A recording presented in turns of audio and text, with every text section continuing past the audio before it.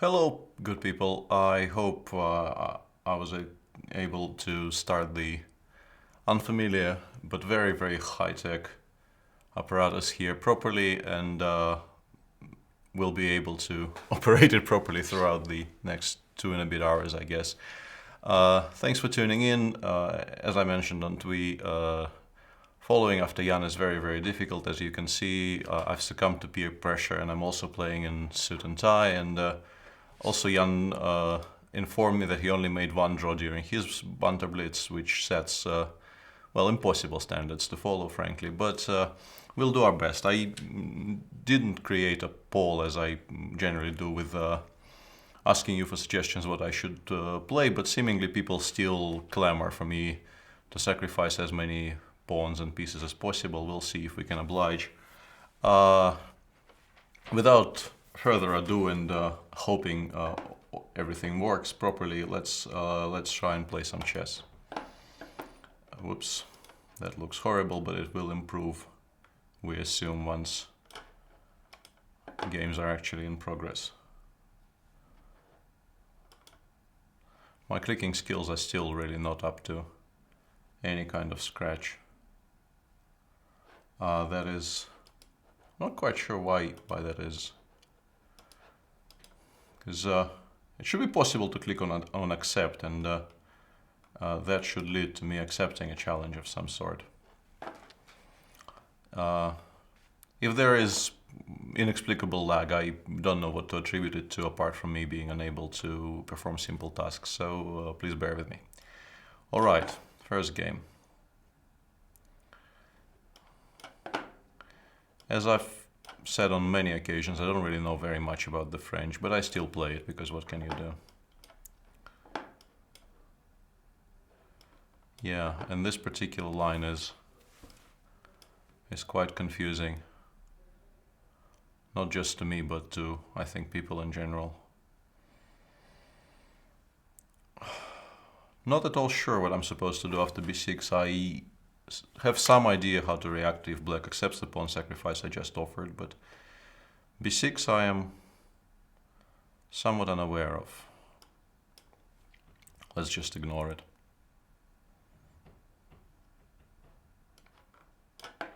That generally is the idea of all these variations where white plays h4. You bring the rook out to h4, and it sometimes goes to g4 later and also supports the white center. Sometimes, you know, you could maybe even try and create a threat of d4 takes c5. So that, you know, in 3 words is the idea behind making this slightly artificial looking moves. But yeah, after bishop a6, or frankly even knight e7, knight f5, I'm not entirely sure I know what I'm doing here. But yeah, this I have a feeling my opponent forgot I can actually take on c5, and I will, now that this chance is given to me.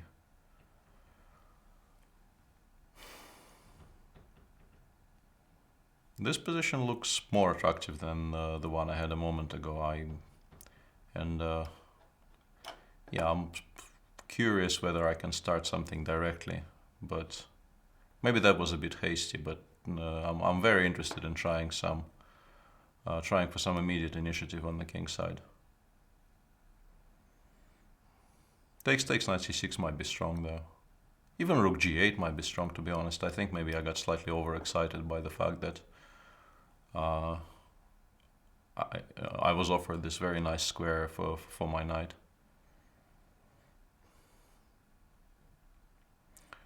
The structure on the queen side is completely ruined, as you can see. So if black manages to solve his immediate problems on the king side, he will be doing extremely well. But that is a big question. Will he or won't he be able to do that? I'm trying to create some threats connected with the knight jumps. If queen takes c3, the idea is of course to play knight b5, knight d6 check.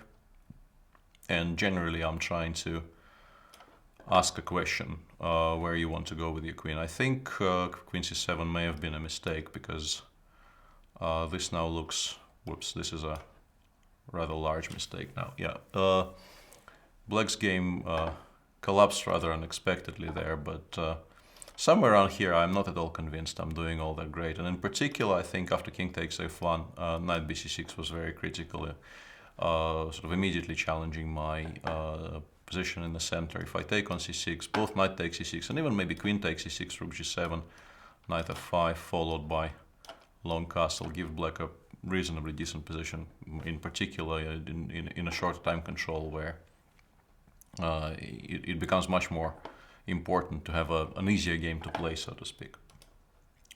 Okay, moving on.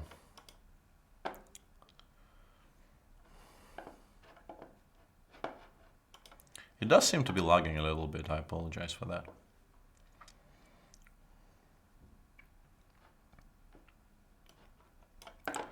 No Grunfelds.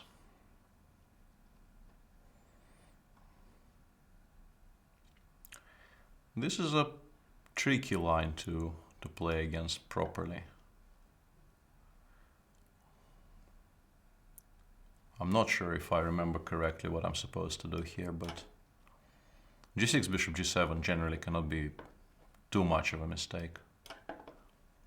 Just develop naturally, hope to get your pieces out, so to speak. Play d6, knight c6, e5 if at all possible, occupy more of the center. Knight c3 is a curious decision now, because you could have done this earlier, maybe forcing me to go d5, but now I am not sure if I should go d5. d5 will transpose to positions which are reasonably well known, but maybe I could try and avoid it somehow. Other options would be d6. I think castling is a bit too early because h4, h5 might become an issue. I'll go d5 anyway. I think in this situation it's justifiable because the bishop is not on f4 and white also played knight f3 already, limiting his options. So white's position of course will be very, very solid when I close the center like this, but so will mine. Yeah, that was not a good move. That was played way, way too fast, and now I have, I think, very large problems. I wanted to go c6, but if I go c6, knight e5 attacks the pawn on g6, and yeah, my position is just not very nice at all. And it's unclear at first glance what I should do about this, because stopping knight e5 by any kind of natural means is almost impossible now. Yeah, that was a horrible little move. Knight b5, I will have to make an extremely ugly move, knight a6, but I don't really see what else I could have done about my suddenly critical situation. h6 was a bit of a knee-jerk reaction for which I am now being soundly punished. I'll try to keep an eye on chat, but it's difficult because it's on a different screen and I need to crane my head to even see it. Plus, I need to scroll on that other screen, and scrolling seems to be giving me great trouble these days. I don't really understand why, but that is how things are. Yeah, my position is still very, very critical here, but I'm hoping to somehow solve the biggest issues, which are basically just finishing development, not losing the g6 pawn, which is, that shouldn't have been an issue, but it is because I played h6.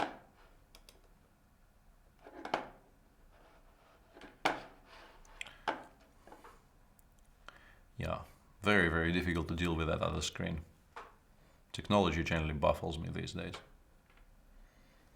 Almost any move is decent for white here. He should not be worried about me, let's say, picking up the a2 pawn. So rook c1, the most natural move in the world, is very, very good here.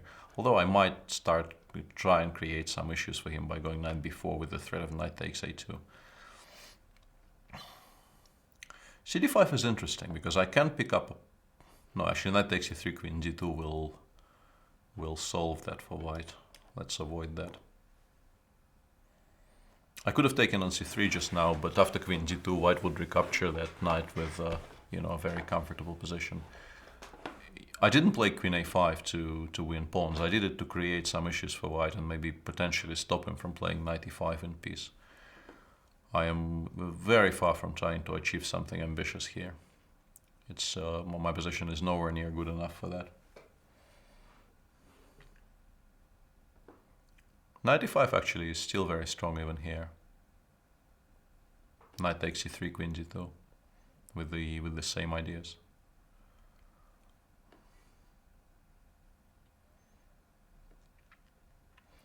Bishop e5 is a very good positional move, but it has a drawback of probably not winning on the spot.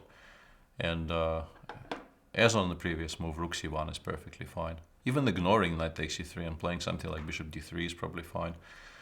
This is a move I was kind of hoping for, because it gives me some time to consolidate here.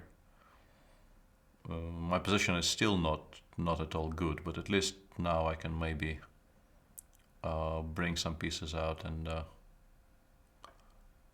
perhaps create some issues for my opponent. I'm not sure if this is a good move, but at least, you know, I am trying still to make it as difficult as possible for my opponent to finish development naturally, and trying to ask him questions with every move. And yeah, now my position seems to be, I mean, it's much improved compared to what it looked like before. After knight e5 I can just take, because the queens came off the board, I'm no longer worried about giving up my dark square bishop. This knight I thought could go to d3 even, which is a very ambitious square, but a good square for the piece nonetheless. And I want to play b5 next move.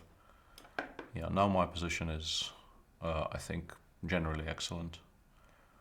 If he goes rook a d1, I can probably play knight takes f2 even, which will give me an advantage. And if the knight has to go back to c3, I will just take on c3 twice and be, well, I think black is almost winning there. People still play against me with, I think, an unnecessary amount of respect. There was absolutely no reason for my opponent there to go for moves which... it looked like he was trying to equalize a position in which he was much better, which is a mistake. You should be able to recognize that, you know, despite your opponent being slightly higher rated than you are, at least, you know, in real life, here my rating is not that impressive. But he was much, much better after 10 moves. There was really no reason to start exchanging pieces, and that's, I think, what led to him being in trouble now.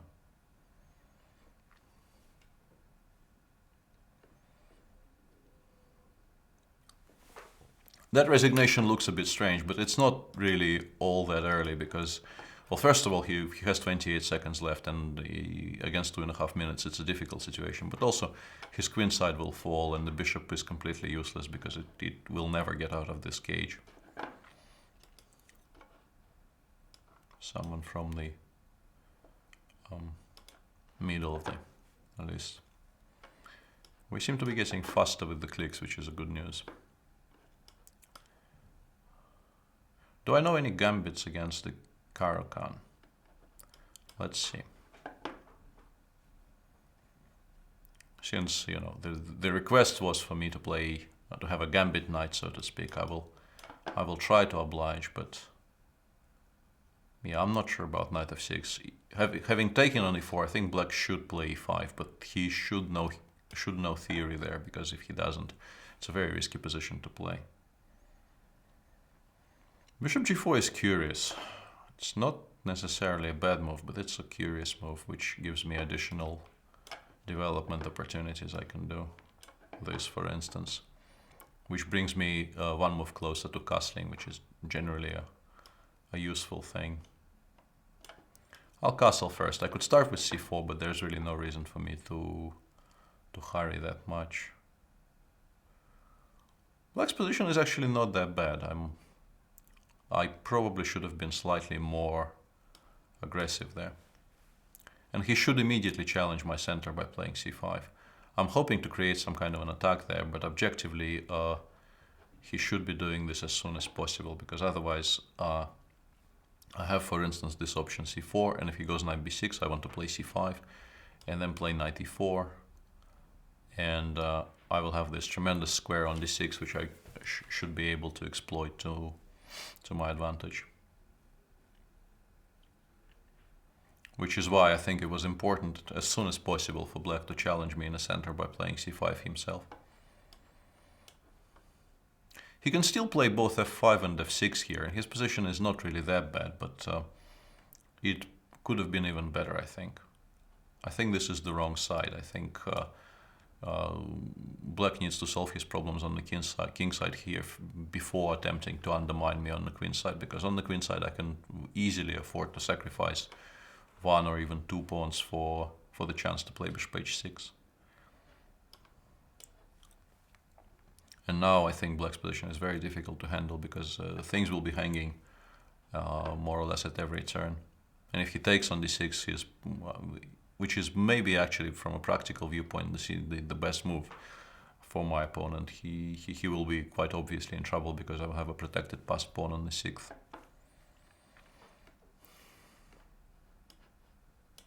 This should not be enough.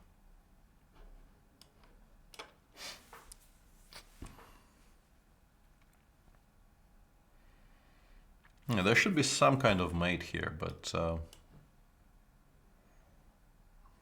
I badly want to play bishop h6, but I don't see how to follow it up with anything, but maybe I should anyway. Bishop h6, g takes h, and I can play rook f1, but he goes knight d7.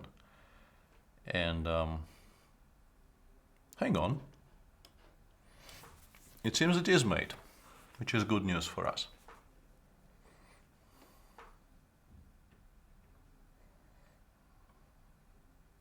No, this is definitely mate. I'll show you what I found there when the game finishes.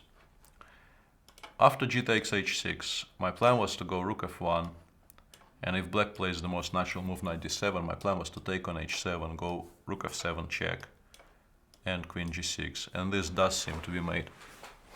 So my first instinct of playing bishop h6 and continuing in the most direct fashion was, I think, correct. Let me briefly check what's going on in the chat. Maybe there is some suggestions as to what I should be doing, but seemingly no. So I'll just continue looking for something sharp to play, and we'll see how that goes.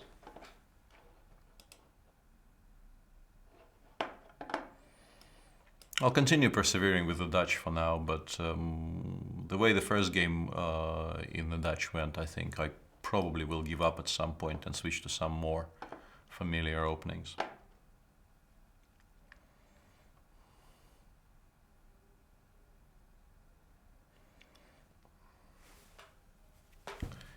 After knight f3, I think I'm supposed to play g6, although maybe c6 was also playable. I'm not quite sure if this move order is the best. I'm also not sure if I should take on h5 if he plays h5, because with the knight on f3, I think I'm not getting mated as early as I sometimes am in these types of positions, but it's still extremely dangerous to allow this exchange sacrifices. This is an interesting choice. I'm not quite sure what this is about. I will just continue bringing my pieces out. Bishop e6 looks weird, but transferring it to f7 actually makes some sense compared to how stuck this bishop is on c8, so, or g8, frankly. This plan I don't really believe in so much. I think it's a bit slow.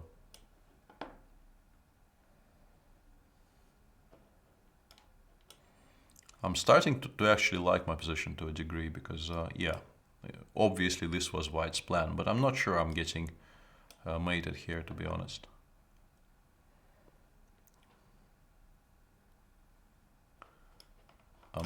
Whoops, sorry. Let me check that everything is properly centralized on your screens. Knight f2, knight takes e4 is, I guess, his plan here. I'm not sure if I should fight it. I think I can ignore it for now. Play something like... knight takes e4 is now a move. And it wasn't a move a moment ago. I actually created this tactic for him. But okay, if he does that, my endgame will be quite decent. So I don't really mind all that much. He is free to that pawn. It's not particularly important to me. I bring my... Whoops, I maybe should have gone bishop f7. Yeah, because now I'm forced into a slightly awkward bishop f5 move.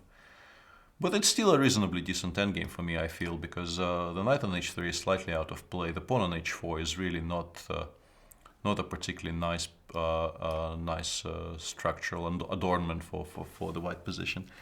And I have decent squares for my pieces. The knight on f6 might go to g4, it might go to g5. And yeah, one thing I should do is to pay attention not to play e6 before his knight goes away from the c4 square. So I still should, of course, be very careful here.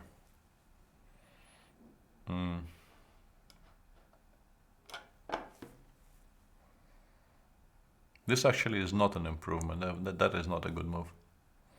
Knight c4 makes my life, I think, maybe slightly easier because I can chase it.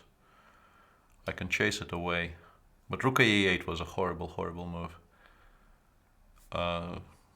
It's difficult to... It seemed like a reasonably intricate position in which a well thought out decision was required, and what I did was definitely not well thought out. But I'm definitely welcoming this trade. Yes, e6 check is slightly annoying, but now my knight on g5 is a very strong piece, and the king on g6 will have squares. I guess the position should be around equal here. The material is equal, the king goes to h7 and it's reasonably safe there. And yeah, if he does this, I think I can play f4 even. And after rook e4 I can go rook f5 and follow it up by a rook f8. b3 is a decent move though, yeah, I perhaps underestimated this a little bit. I'm still not that worried, to be honest.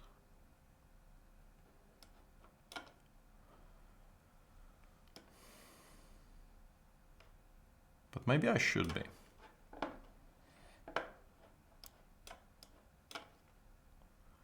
Maybe I should be. Should still be fine though. It shouldn't be a huge problem for me here. Because the king will... I can maybe even be slightly arrogant and go for this pawn on a3. Whoops, I did blunder rook f5, but luckily for me I have knight d6 here.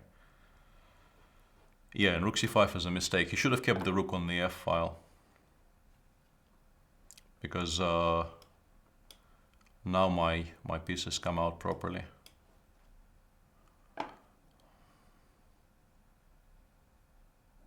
This is objectively maybe even already close to winning for me. Well, not winning, but yeah, and I shouldn't blunder rook g2, knight f4.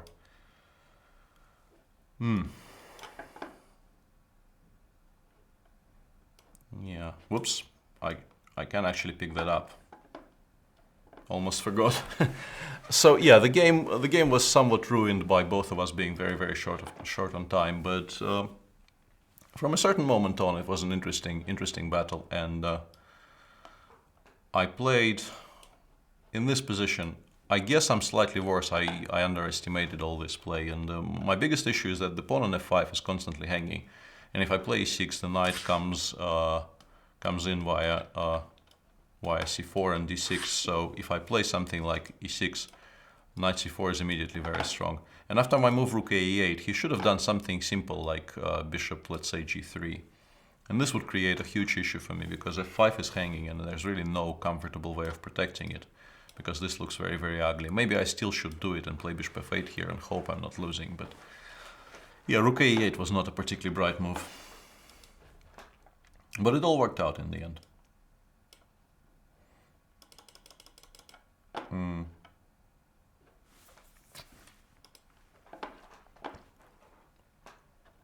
Let's see what else we have. Not much in the way of gambits so far, but I'm trying, guys. Please bear with me. There eventually will be some gambits, hopefully. Okay, what shall we do against this? What's the most gambit-like variation after 1c4? I don't know, let's go g6.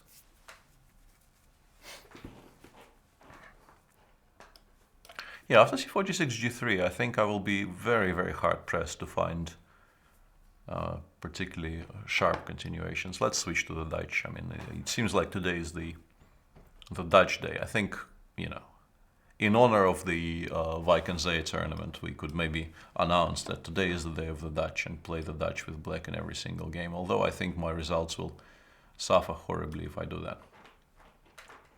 I am on 2 out of 2 currently, but both of those games were... there was a healthy dollop of luck involved in both of them.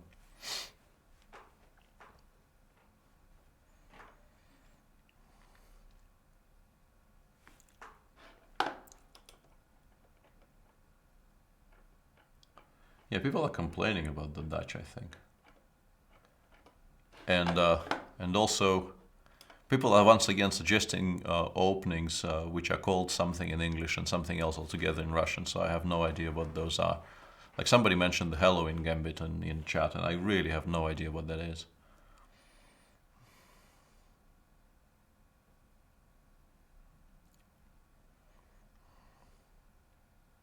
This is a surprising issue because normally you would expect to know what the openings are called, regardless of the of the language, but it crops up very often actually during this broadcast that people want me to play something, and I would very much like to oblige, but I cannot because I simply don't speak the lingo, so to speak. Yeah, that wasn't a particularly well phrased sentence. This position is risky for black, although not because of this. I was very worried about d5, d5, e4, maybe the immediate e4 as well. This I am much less worried about. Oops, I should have been paying attention to queen b3, knight f7 though. That was me being, well, part of my brain just switched off because I was talking. That's normal.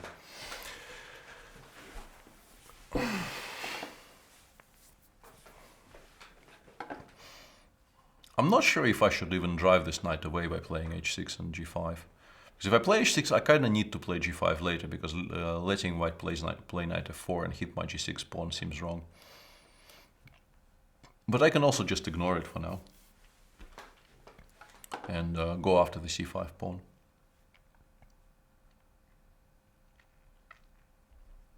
f3 is an issue. h4 is also potentially an issue, because now if I take on c5 twice, he goes queen b3 check and picks up an exchange, which is not something I would welcome necessarily. Yeah, I think I may have misplayed this little bit of the game, to be honest. Okay, let's... Yeah, I dodged a large bullet there because I pre-moved bishop e6, and had he played queen b3 check, I would have been a piece down for not very much, so, but that didn't happen. Yeah, I'm really, really horrible with pre-moves. Pre-moves and me are not friends. If he goes knight f4 and h5, I will probably have to take on h5, but I will be 2 pawns up then, so it doesn't really worry me all that much. Or I could go g5, knight g6, bishop takes g6, and try and round up and collect this pawn on g6 later in the game. If he does nothing, though, I'm just winning because I'm a healthy pawn up here. And after f3, what I shouldn't do is open the e-file for him. I should make him do all these trades himself, opening the f-file for me on the other hand.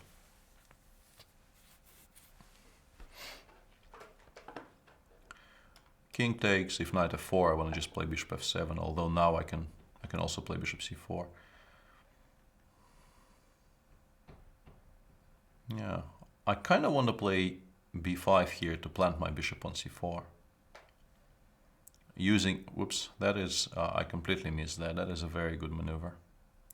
Well played by my opponent. I should not have given him this square. I'm still doing quite well, but yeah, that wasn't particularly well played by me. The idea was to finally take on e3 and then cut this knight on h3 out of the game by playing knight e6. Kind of emphasizing the fact that I am a pawn up here, and his pieces are badly misplaced.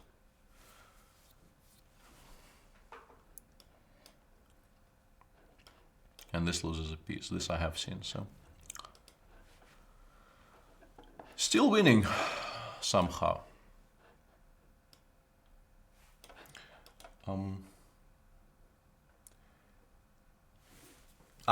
Halloween Gambit is the 4 knights where you sack your knight on e5. Yeah, I think I actually played that once in one of the previous bunters, and I didn't even lose. But I'm not gonna do it again. No, f3 king f2 is not happening. Let me just briefly check. What's going on in chat. But well, as usual, king's gambit, bishop's gambit, all these kinds of things, and then requests for something saner, like there's a mention of the Scheveningen in the chat.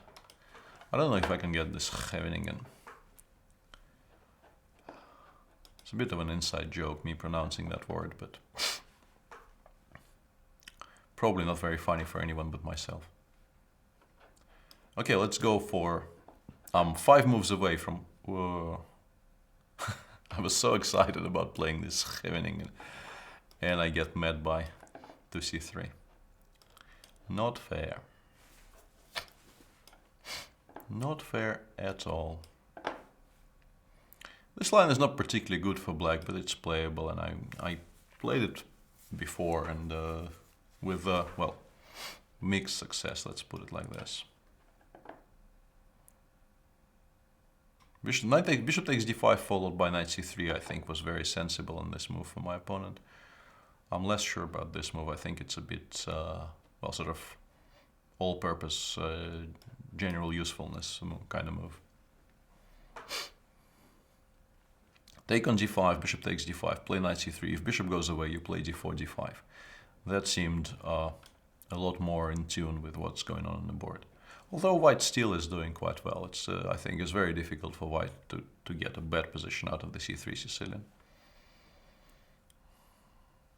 Yeah, and this is a very standard plan. White is preparing to play knight c3, and he doesn't want to spoil his queenside structure by doing it without the bishop on d2. And I'm, on the other hand, trying to stop it by preparing to take on f3 if he does it. And the bishop on c4 will be hanging, so he probably needs to spend one more tempo on this. Decided not to, which is interesting, because I do force him to play g2 takes f3, but on the other hand, my queenside with the... I don't have a light square bishop anymore, and the bishop on a6 will be a huge annoyance for the rest of the game. So I'm not entirely sure this is to such great benefit for me to have entered this. But at least the position becomes very, well, asymmetrical and more exciting than it was a moment ago. I think he should have gone f3, f4, to be honest, and I'm now trying to stop him from doing it ever again, but I'm not sure if I will succeed. And this, I felt, wasn't very good, but maybe I was wrong. If I do manage to recapture on d6 in some kind of comfortable fashion, I will be much better, but there are all those ideas with bishop b4. Although, frankly, I am prepared to sacrifice an exchange for the d6 pawn.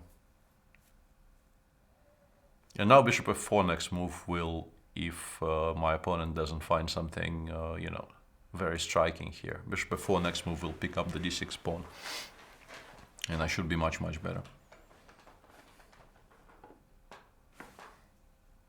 If he goes bishop b4, I thought for a second maybe I could win his queen outright, but it doesn't seem possible. So I will have to settle. Hang on, bishop f4, he goes queen e4 and threatens mate in one. To which I actually have a very decent reply, so I'm not worried. If he goes queen e4, I can play queen g5 and then queen h4, and after queen h5 I can play g6. Queen needs to go to g4 or somewhere, and then I can take on b4 and take on d6 at my leisure, or I can even take on d6 first straight away. I'm not sure which one is stronger. Both look well, crushingly good. Okay, I'll do this, although maybe knight takes b4 and queen takes d6 was even stronger. Now he really needs to go bishop d2, because if he trades the bishops off, yeah, the weakness on f4 should be decisive here. He should have at least tried to keep control of the f4 square by playing bishop d2 and hoping to at least trade off my knight for a dark squared bishop. Sorry, losing my voice there a little bit.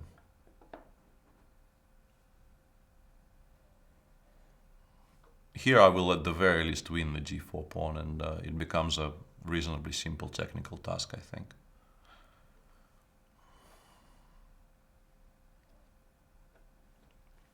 So I think after g takes f3 castles his position was perfectly decent, but then he started playing for some kind of direct mate which wasn't really there, and that ruined his position pretty quickly. Rook c4 of course runs into queen d1 mate, so I'm not losing my knight on f4. And here I don't really need to do anything fancy. Rook c4 is, well, I wouldn't call it a threat, it's an idea, but it might not even be all that good, so I think I can go rook d8. If he goes rook c4, I think after queen d1, king h2, I have some very strong mating ideas. No, hang on, those don't work. Yeah, then I shouldn't probably have allowed this, but yeah, if he does this, then my task becomes simpler, because I can start, for instance, by playing h5. If he goes queen g5, have rook d5. If the queen goes back, well, I'm driving his pieces further and further away from good squares, and this should be reasonably easy to convert.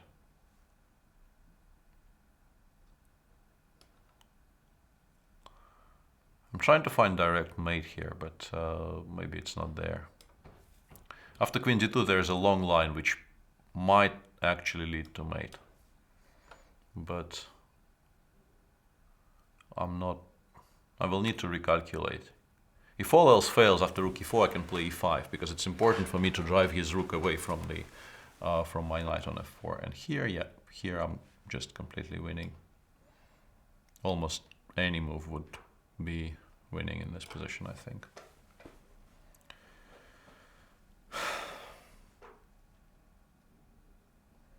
I'm not sure what the point of rook d5 is, but if nothing else I can play rook c5 next move, and I'm also, yeah,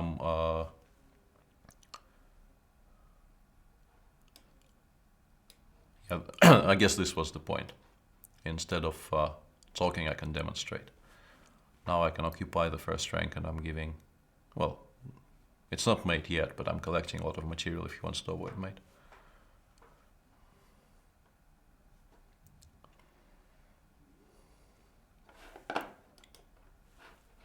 Thank you.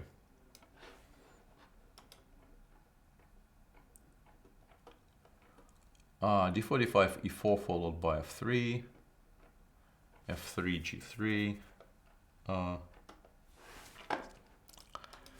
Lots of really offbeat suggestions there in chat, which I don't know if I will be able to implement.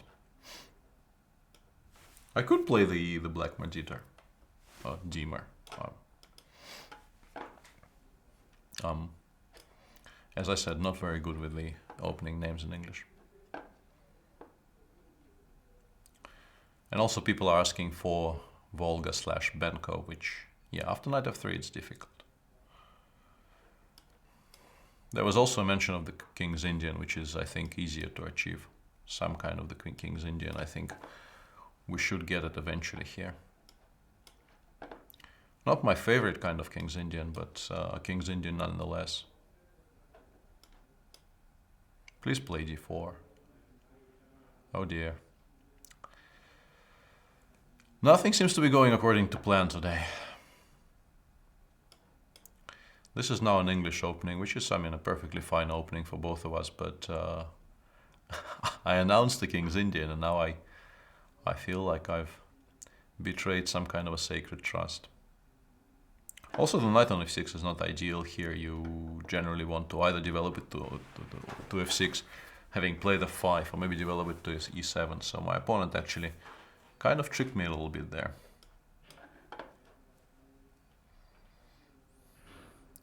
So what we get now is, well, a close Sicilian with colors reversed and with my opponent having an extra tempo, so he should be better. Simply put, he, with all the tempi I've given away, he should be better here. I'm actually very unsure about c6. Maybe it was better to sort of bite the bullet and play d5. Bishop a3 followed by knight d4, sorry, or queen a4 as he played, all seem to be incredibly strong here. Not a very nice position. And still a playable position, but a very risky position strategically. Bishop a3 right now, for instance, puts my center under tremendous pressure. The fact that he is sort of pushing my center towards the center of the board, so to speak, and exchanging off pawns which could have been weaknesses makes my life, I think, slightly simpler, but it's still not a very nice position. Not at all. Knight b5 now seems to be very strong, for instance, and I will have a really hard time for just protecting myself against very simple threats which a move like knight b5 creates. Rook fc1 is also very decent. Rook b7 is very decent. Pretty much any move here, any sensible move that he can make will be, well, hard to meet properly.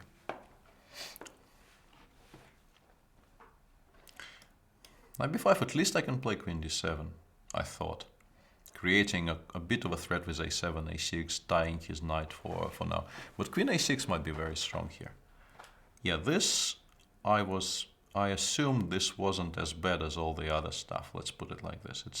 It's still incredibly annoying, but I am gaining some ground here, or at least I thought I was. a6, he will simply go back to c3, and my position is still very, very unpleasant. I'm trying to see if I can avoid playing a6 here and make, well, any kind of other move, but it's unclear. Let's try.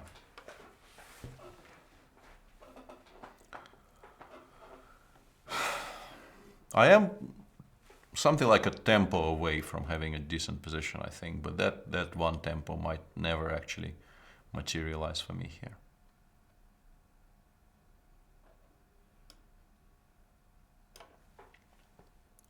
Possibly blundering something here, but I want to at least start asking some concrete questions. Queen a7, for instance, might be very, very strong here, or not, I can't really count. And rook c8 will probably force me to take with the knight, which is slightly awkward. Lots of very interesting options for white here.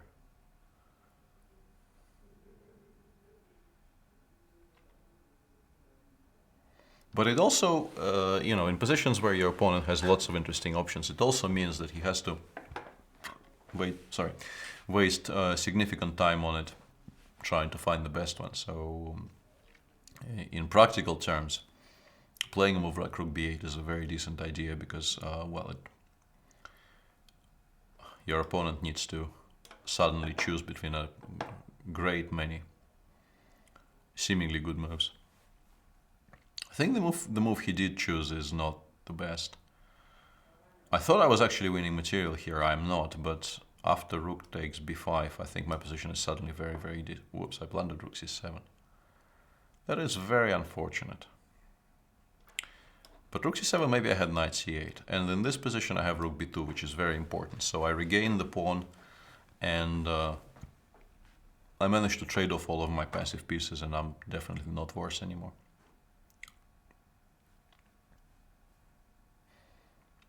Something like knight f1 followed by knight e3 could be quite strong here. This is probably what I would have played in his spot. The a-pawn should be more important than the e-pawn, because if the a-pawn starts running, I will still be in trouble. Although rook takes e2 was more ambitious in terms of making the position, well, less symmetrical, harder to play. Yeah, this is now very, very level, which is, considering where I was a moment ago, it's obviously an achievement, but in terms of playing this position for a win, it will be quite hard. Almost impossible, I would say, because of its symmetrical nature.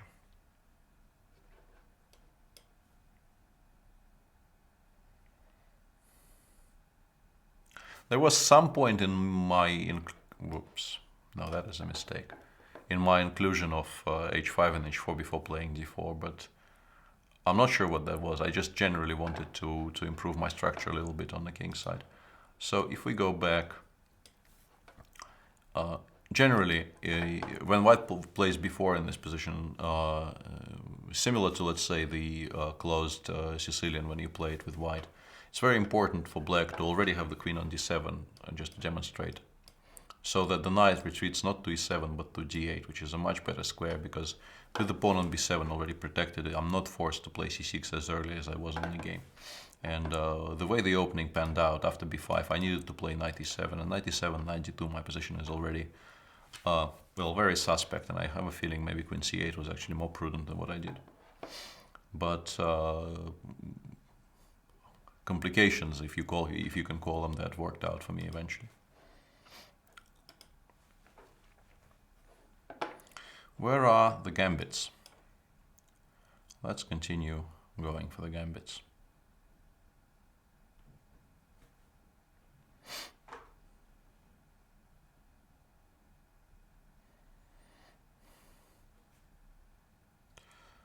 Yeah. Against the Caro-Kann, it was suggested to me in chat that this is a gambit against the Caro-Kann. It's not a very good move though, and it kind of annoys me to make it because it shows a certain amount of disrespect for your opponent, I think. Even though I believe maybe Magnus did it once in a Blitz game, but that really doesn't make my point any less valid. It's not something you really should be doing. And, you know, Magnus can probably get away with it, but this is not, I mean, objectively it's not very strong, and it's also, I wouldn't want to get into the habit of doing this regularly, but obviously for these broadcasts, it's okay. And, you know, a chance to make a very nice move on the board. Even though it doesn't win anything, and after bishop b6 I'm probably even still slightly worse. And I probably should have gone bishop takes f7 instead. But when having a choice between a nice looking, aesthetically nice looking move with check and an aesthetically looking move without check, I kind of instinctively gravitate towards moves without checks. Because you want to play quiet moves. They... well, maybe you don't, but I do.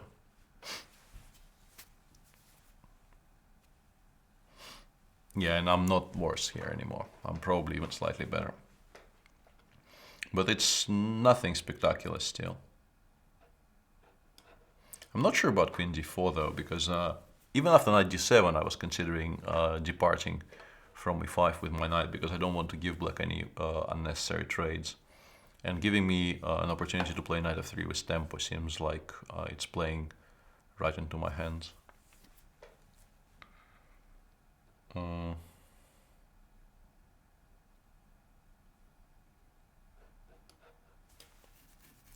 Let's try and sacrifice something.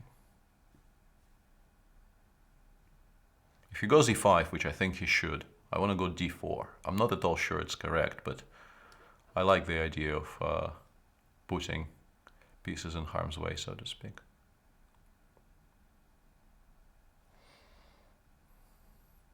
Objectively, it probably isn't a very good move, but yeah, once again, my opponents seem to respect my choices slightly too much. Yeah, I haven't done that to to suddenly start trading stuff.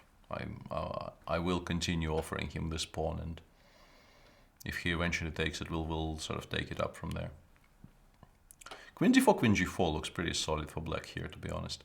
E takes d4 is also playable, but I was hoping to get somewhere after knight c4. It's not that easy to play this position for black. I'm also more than a minute ahead on the clock, which, you know, if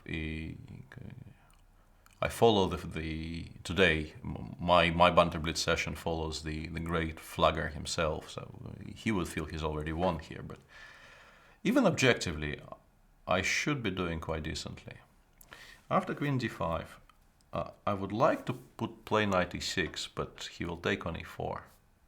There's also c4, but it feels slightly vaguish. But maybe I should still do it. The move that was worrying me the most was c4, d3. In this position, I feel I should have very, very good compensation for whatever it is I sacrificed.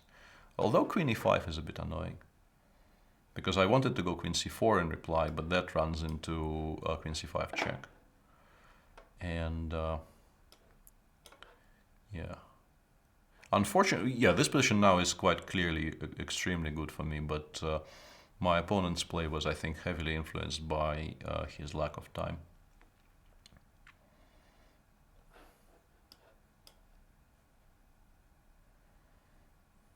He should castle, but I do, at the very least, I win an exchange back after this. So, whoops, I forgot about queen e7.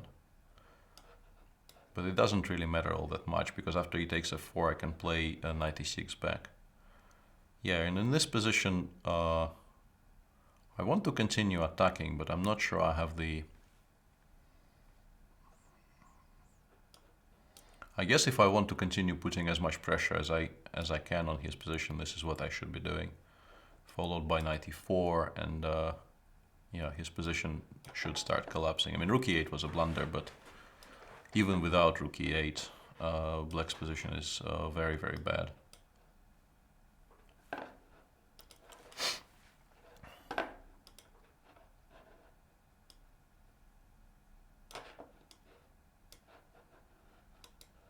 Oh, sorry, hang on.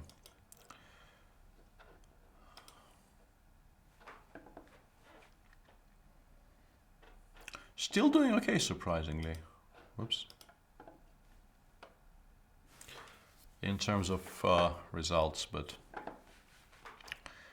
I'm sure it will...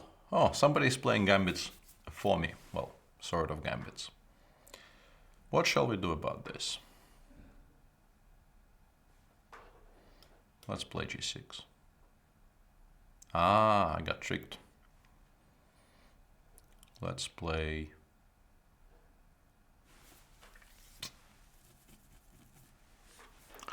Let's play something.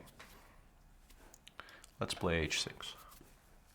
Let's pretend we don't really understand what's going on at all and give him all that he wants. So what he got here is some kind of a Grand Prix attack where I have played h6, which is not particularly good for me.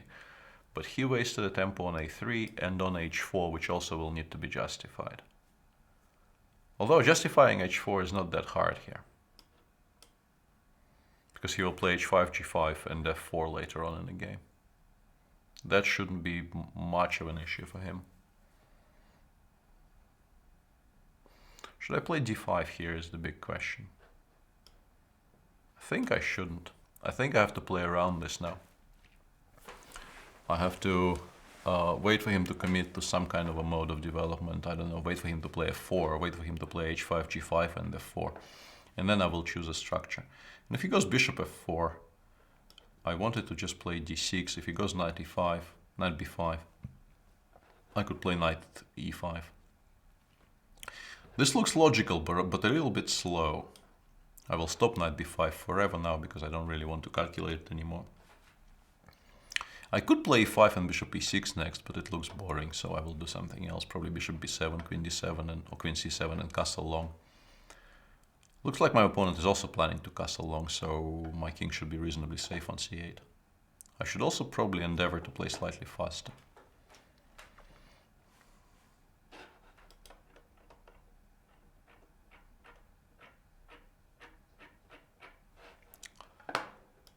Yeah, bishop b7. I do try to play people who are reasonably high rated because I feel it makes the most sense in terms of well, sort of educational value and that. But if people are unhappy with that, I can include some more games against people in the lower brackets. What we eventually get here is some kind of a typical Sicilian structure where it's important for me not to blunder bishop takes e6 because it will ruin my position on the spot. And also I really, really need to start playing faster.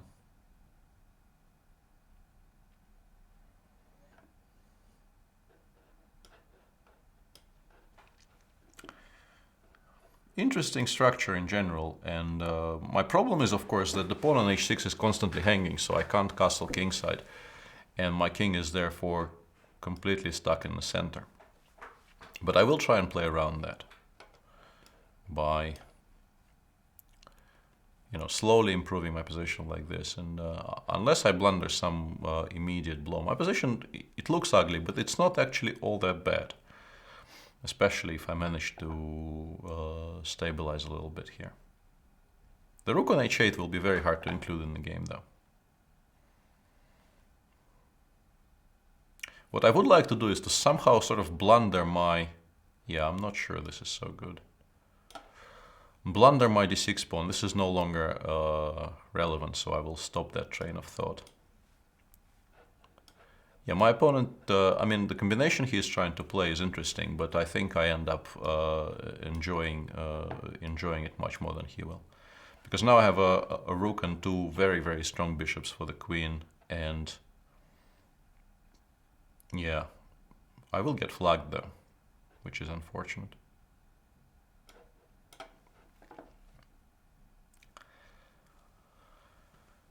But apart from that, my position is excellent.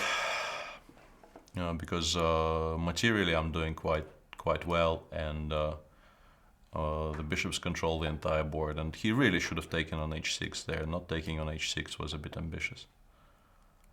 And if he plays g5 here, he might actually get mated, which I think he spotted in time.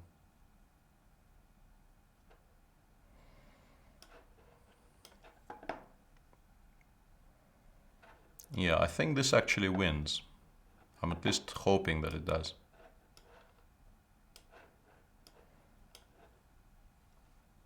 Yeah, this is actually mate. That's how strong these bishops are. That's why I like the bishops so much. But of course, my position somewhere around here must objectively be quite unpleasant, simply because even if there are no direct threats against my position, it will be very, very difficult to develop properly and solve my problems. And actually, to a degree, you could make an argument for a move like bishop takes c6, so that you can tempt your opponent to take on d6, and then you can play an endgame like this, where suddenly in an endgame you're no longer getting mated, and structurally your position is very decent. White has weaknesses on e4 and g2, and, well, eventually on g2, and the knight on e5 is a monster, bishop on a2 is out of play. So actually, taking with the bishop would not have been a blunder. It would have been an interesting positional sacrifice, which I honestly think White should maybe consider not accepting. But enough about that one game. There is more coming, and if people want to play, to see me play versus opponents below 2000, let's try that. 2700. I don't think I've ever reached a rating as high as that on the site. I mean, I still am rated somewhat higher than that in real life, so to speak. And there we go. A proper Scheveningen. One move away. Please don't play e5. Oh dear. Yeah, I'm never getting anything I want today. And d6 actually is a mistake here, because you should not be allowing your opponent such an easy chance to play c4. I should have gone knight c6 or bishop c5. It was just me lamenting the once more disappearing chance to play this half. c4, knight c3, and then yeah, either b3, bishop b2, or f4 in a direct play. And direct play on the king side, both are very, very strong. This is not a good position for black. My decision on move 5 was mainly explained by grief. Because so far I think today I haven't fulfilled a single demand I've seen in chat or on Twitter or anywhere.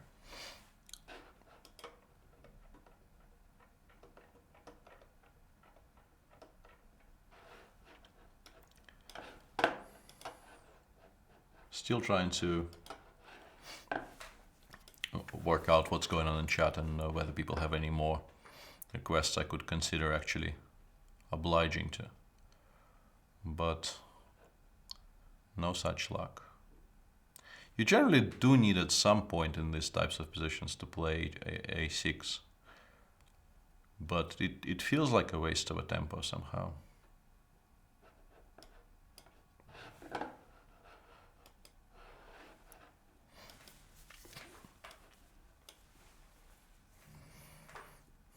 Yeah, and here the knight on e5 will get driven away, so I think I should preempt this and move it away on my own.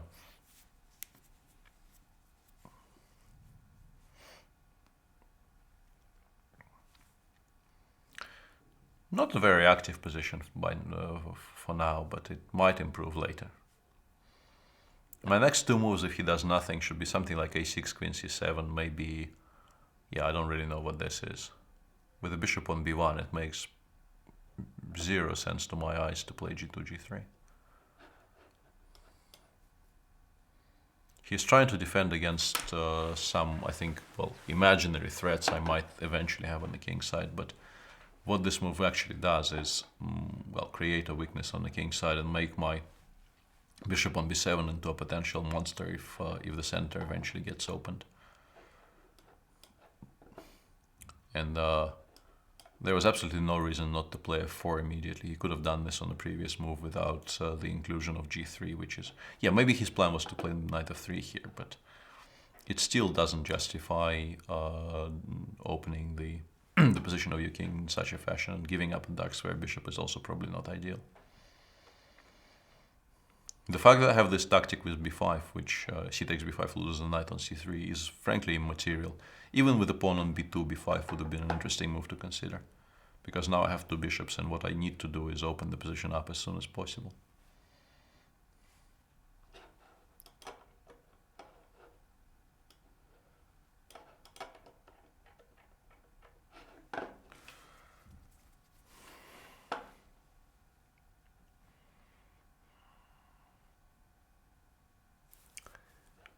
I don't know. There probably is something more ambitious than this, but it feels like a move that cannot be bad, so I'm making it on this general principle. But yeah, it doesn't feel like I'm making the most precise move here.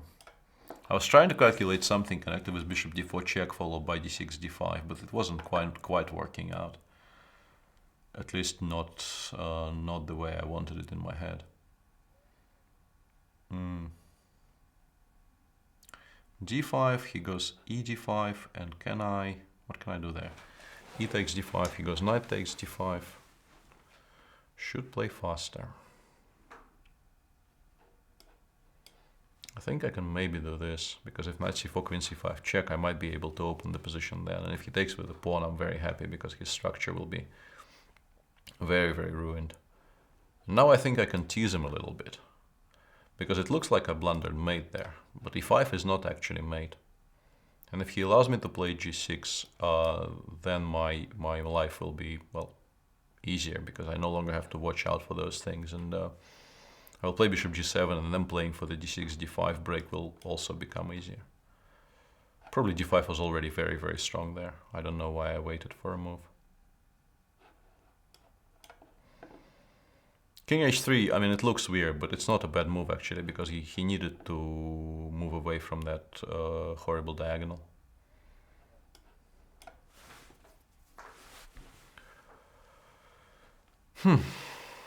Yeah, it's becoming a bit of a click fest, to be honest. I'm slightly disappointed with the way this game is finishing, because I will actually win on time, which was not my intention, but my position is also quite good. And yeah, somewhere around here, g3 is just not a very good move. If you want to play a4, I would probably start by playing bishop b3 so that h6 doesn't collect this bishop, and then you go f4, f5. Yeah, the version of hedgehog I got here is just not very pleasant for black, I feel.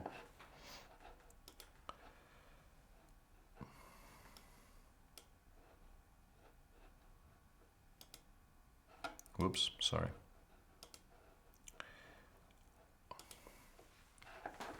Not really very good at clicking, I keep on making this point.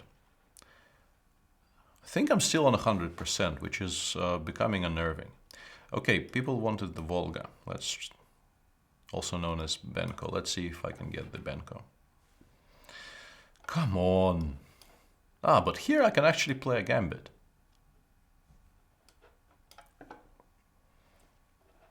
Finally, I can actually play a gambit. This is not a particularly good gambit. It doesn't really equalize. I honestly do not believe it does. And I also don't know any theory connected with it. So this could backfire really, really badly. But at least I'm satisfying the cry for a gambit. Yeah, I have a feeling I already need to start doing something concrete here, but I'm not sure what. Yeah, this is not gonna go well.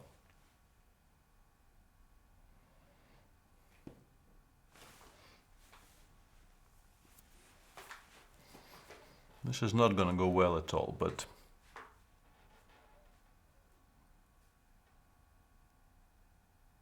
yeah, probably should have played queen b6, I guess. But e3 makes me slightly happy about my life, because now I have some weaknesses, some light square weaknesses I can play against in the future.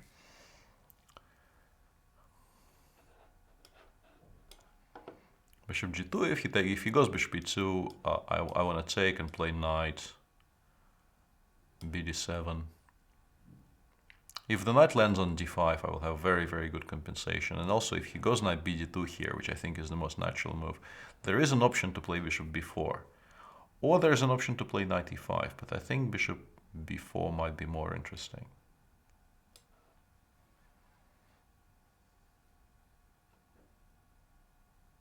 Still very risky though, because after castles what I wanted to do was to take on c3 and go knight e5, but this allows c3, c4, so... Yeah, as I said, I don't really know what I'm doing here, and this is not a proper way of treating this gambit, sadly, but still some ideas will probably be demonstrated. Can somebody tell me what this is called? Because I should know, but I think I don't.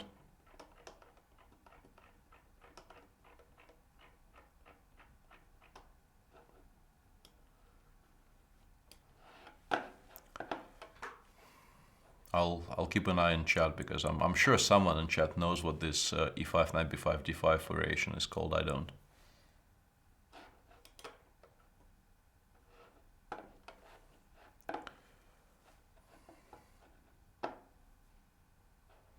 This is not a good move. It just gives me a lot more free time suddenly. Although after queen d4, surprisingly, his position is still somewhat playable. Which, you feel it's a bit unfair that even having played queen c4, he is still in the game. But actually, almost any queen move still keeps him very much alive. But I like queen d4 the most.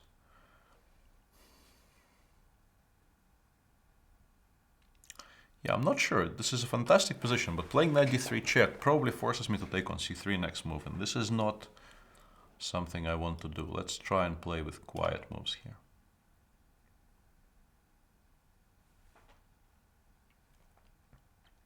Let's see if he wants to castle, because he probably should, but it makes his position additionally risky. And now I wanted to take,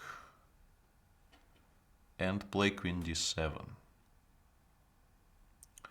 If the queen lands on h3, I just win, but he of course can play king g2 instead. Well, not instead, but sort of immediately after my queen d7 move. And he should. But I could still get some serious attack there, I have a feeling. I can probably still play for a direct attack here after... If he goes king g2, I can go knight f3, for instance. Which is, I think, I will do that, because I think, no, this is... Sadly, this ends the game immediately.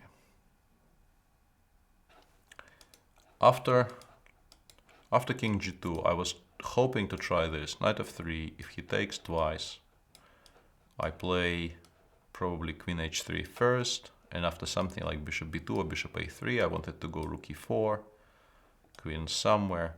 And now, actually, having looked at this dispassionately, this is completely wrong for black, because if I don't give a check, the king will go to e2, and it will be quite safe on e2.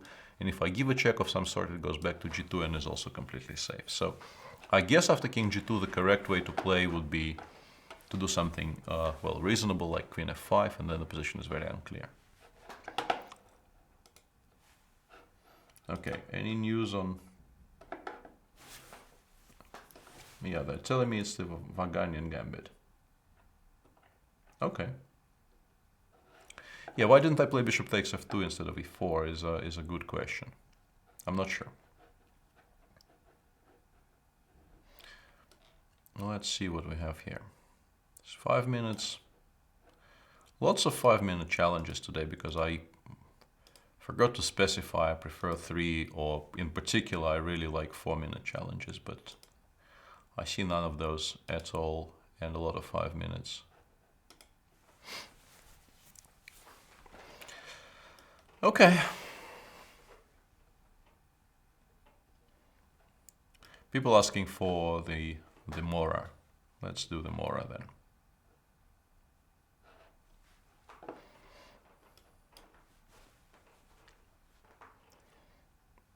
Another opening which is probably playable if you really know what you're doing. Well, to a degree anyway.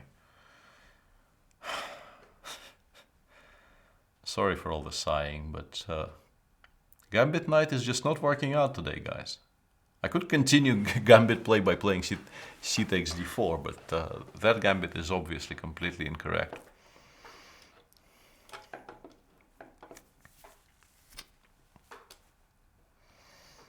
Yeah.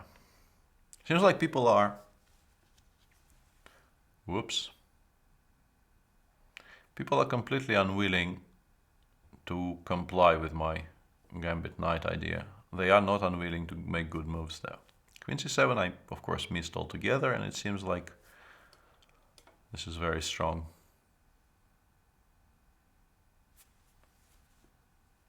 Bishop d5, queen takes e5 is the obvious point, but the inclusion of queen c7, queen e2 must favor black.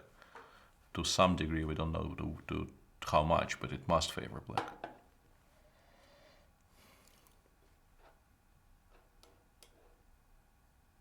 Yeah, for instance, he can play d3 here, as I now realize.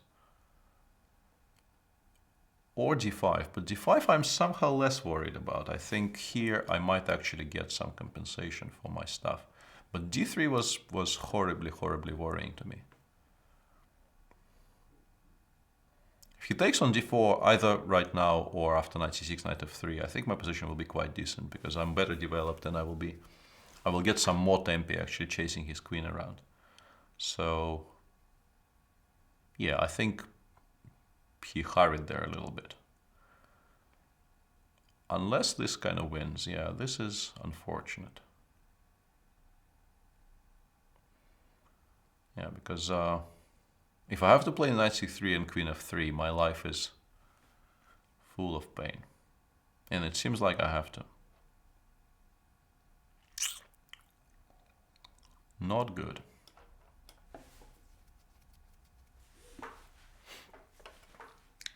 Not good at all. But there are really no decent choices left. There is some very, very slight compensation here for white due to the fact that white is so much better developed, but I mean, black is a healthy pawn up and his structure is extremely solid, so yeah, bad position for me.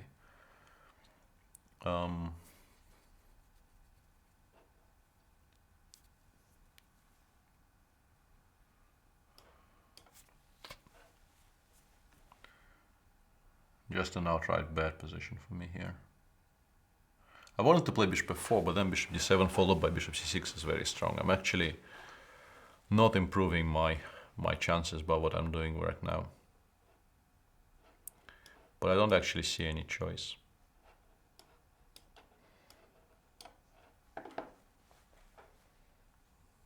Yeah, there goes my 100%.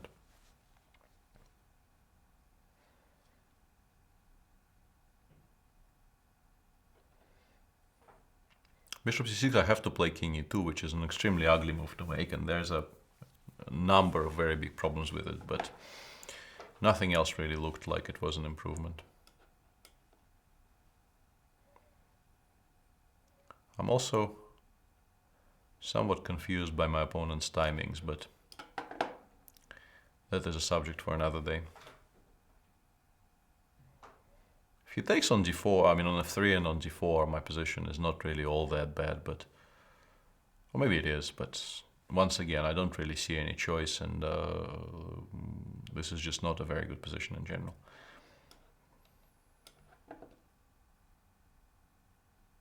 I'm not sure why I played rook a-c1 and not rook h-c1, because I would like to untie my f3 knight, and playing knight e5 next move would be an excellent idea. But I can still do it even here, which is good. Can I play a3? He will... because if I go knight e5 check king e8, my next move is somewhat awkward, and I would like to start by playing a3, but he probably takes on f3 and goes something like knight c6.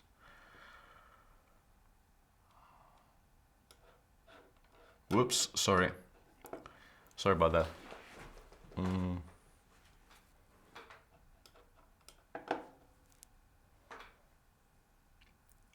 That was actually an important decision, which I probably should have spent more time on, but I'm just generally very sad about the direction this game has assumed, so I find it very hard to force myself to think here.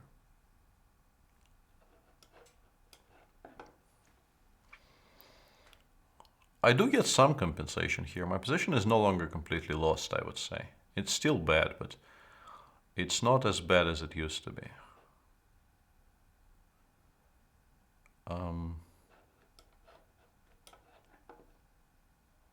After rook hc8, yeah, I need to find a good way to do what I want to do. Let's start with this. I need this bishop on b5. And I can also maybe set some traps here, but yeah, generally speaking, the improvements that happened to my position are mainly cosmetic, and it's still quite bad. But maybe I can create some tricks for my opponent, because he now has to watch out over his queen side very carefully.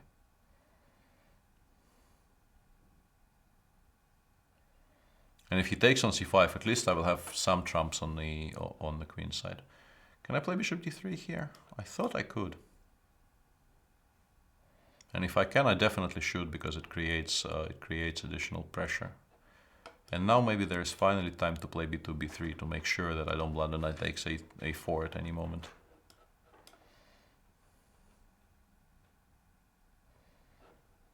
Yeah. I have some chances now, maybe. Although this probably was a mistake. There's a tactical issue with what I'm doing, but I'm not sure I like king e8. King e8 seems like a strange move, allowing the spin.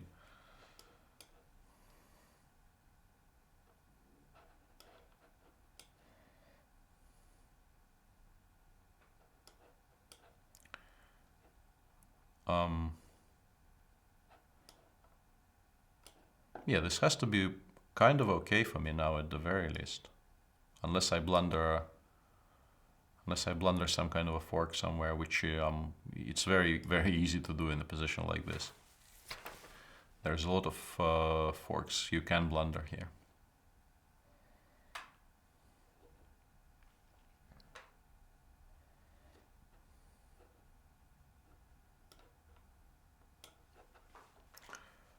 Yeah, that was a huge, huge mistake. Of course, allowing 96 check is a horrible, horrible idea. Yeah, and now I'm suddenly lost again, sadly.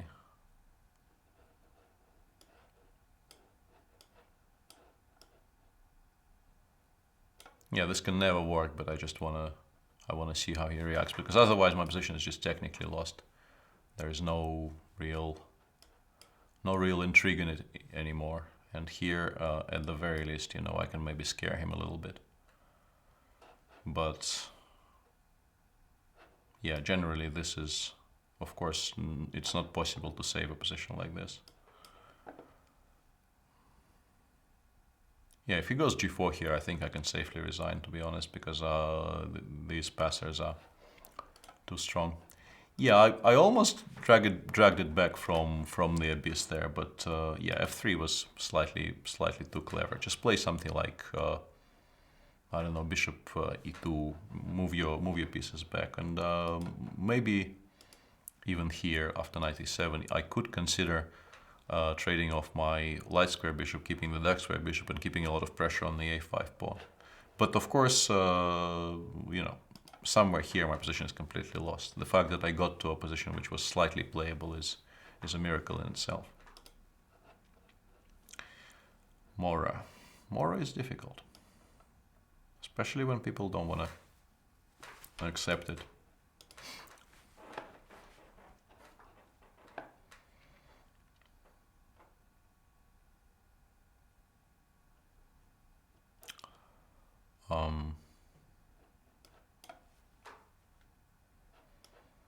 Let's do this. Do you see what's happening today?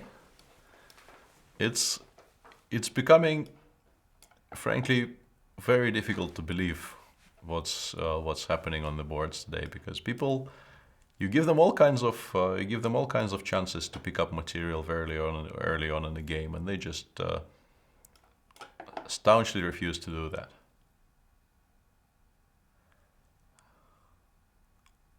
I'm slightly better out of the opening with black here, which is not something you expect to be saying after, you know, straight out of the opening in the Latvian gambit. a6 is probably a bit artificial, but this bishop on c5 is so strong that I want to make sure it survives. And next move, if allowed, I will play f4, and after that I should have a tremendous attack on the king's side. If allowed is an important proviso here, because bishop e3, for instance, I think it's an ugly move to make, and black has a decent number of very strong choices against it, but you need to somehow neutralize this bishop on c5, or you will be in a great deal of trouble.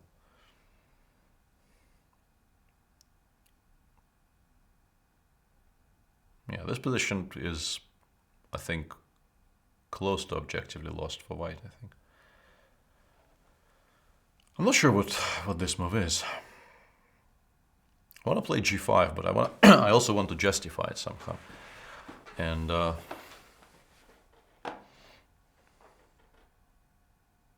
I don't know. Let's do this. Queen e7, and if he goes c3, I will play g5 then.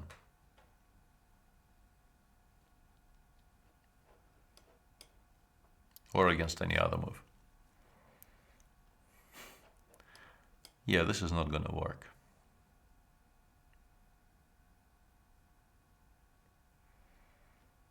It's a very picturesque position, because by move 12 we get a King's Indian kind of a position, sort of, you know.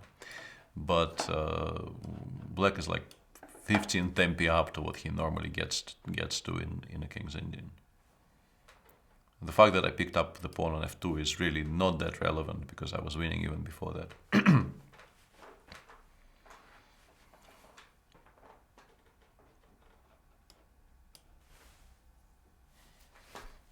I could maybe continue developing pieces, but I just want to, well, open things up as early as possible. And you know, knight takes e4 also might not be the best move in the position objectively, but it's impossible to resist making a move like that.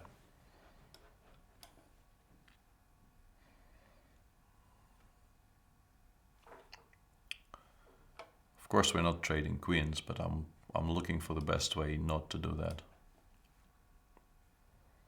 There's absolutely no reason for us to start trading when we're giving mate on the king side and white is completely undeveloped.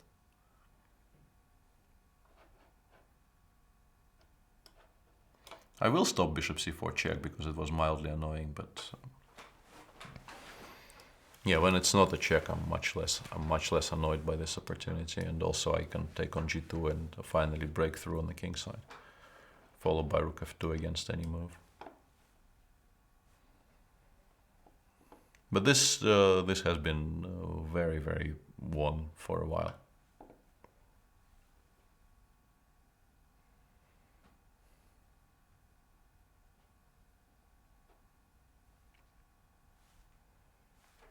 Nice try. It doesn't really help that much, but it's a nice try not to play queen g1.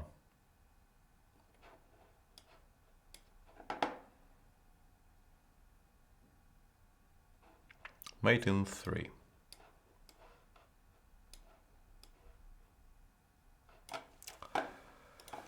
Okay. Kind of sad I didn't save that Mora game because I was doing so well, and now I'm even if I win all the rest of my games, I'm still behind Jan's results, and he will probably tease me about it for the rest of the evening. Going into tomorrow's show on about Vike. We do get the Benko. Not an opening I understand particularly well, though. What are you supposed to do after queen c2? Frankly, no idea. Let's play some kind of a weird Blumenfeld. It's probably completely incorrect, but I don't feel like playing, in a kind of a quiet, normal fashion after queen c2. Let's try and confuse my opponent. Although if he goes e4 and then follows it up by... Oops, sorry. Yeah, just making normal moves here for white seems like it will give him a really large advantage. I don't know why I did that.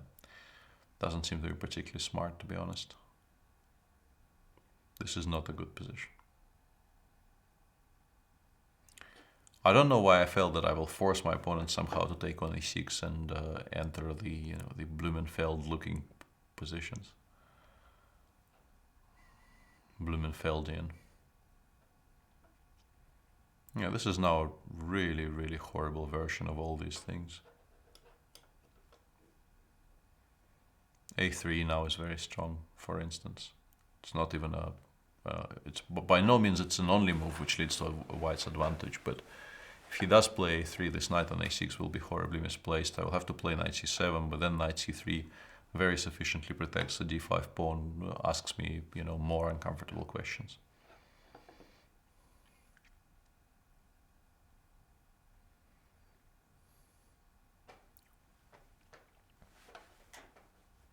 But at least my horrible play is confusing my opponent a great deal, seemingly. The immediate knight c3 also seems very logical, yeah. No reason not to do that. If I go knight before, he can play queen e2, and then the knight on before might actually get lost. Yeah.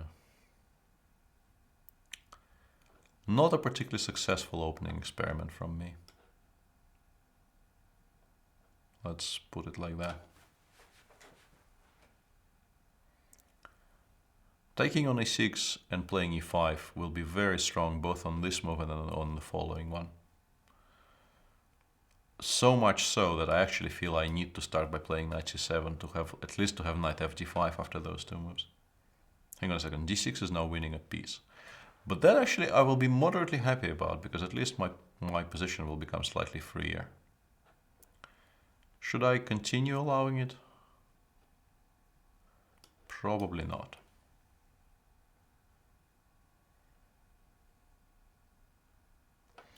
If he goes d6 on a previous move, I take on d6, he goes e5, I go bishop e7 and bishop takes f6. And if I'm allowed to play d7, d5, at least I have a beautiful looking center to go with my completely lost position. So that wasn't as horrible as some of the other positions I could have gotten.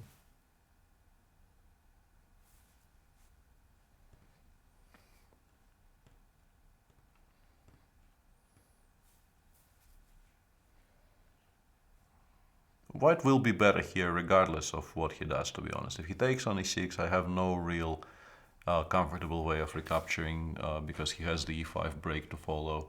If he goes rook d1 as he did, I have to pay attention to the e4, e5 threats. And the choice is incredibly ugly. I can play e5, after which, you know, he starts opening up the play on the queen side, and I'm strategically in a very bad situation. If I take on g5, my position is also really not a bed of roses of any kind. Although here at least my pieces get out to some degree. I can play bishop g4, follow it up by castles, then maybe take on f3, knight d7, bishop f6. I can make some moves, which was not exactly true a moment ago.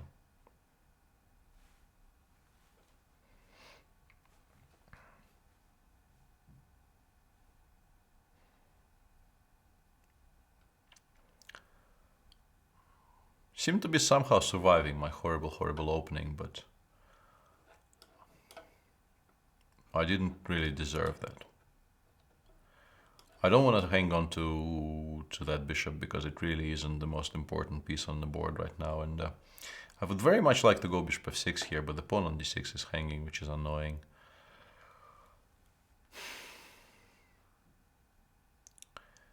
Still not a pleasant position at all, if we are entirely honest with ourselves. I badly need to be allowed to play bishop f6. If I do get bishop f6 in, my position might actually start resembling something human.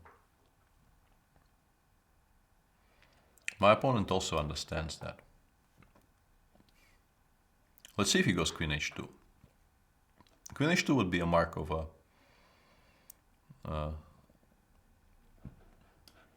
very decent player, I think. I mean, it's an ugly move to make, but I honestly think not allowing bishop f6 was more important than, you know, the optical unpleasantness of making a move like queen h2. Here I am suddenly actually half alive, maybe even more than half. Pieces start coming out. I managed to put my bishop on the best diagonal and protect my d6 pawn sufficiently. I just need not to blunder knight takes c5 on the next move, I think. Sort of make a mental note. Knight takes c5 right now is a bit of a threat, although I can maybe sidestep it by hitting the b2 pawn. I wonder if he's listening. But it's an exchange, at least. I haven't lost the pawn. I traded it off for a different one, and I think this move may have been a blunder. Because now suddenly two of his pieces are hanging, and I think he's losing one of them. Yeah, that was a completely undeserved quick victory for me, but my opponent got slightly confused, and also I think he panicked when he ran short of time.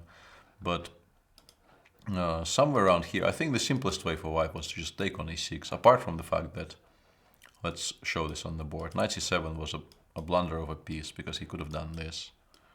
And in this position, if I do get d7, d5 in, I'm optically not completely lost, but objectively two pawns for a piece here are nowhere near enough, because white is very well developed and will crush me before I can get any kind of a presence in the center.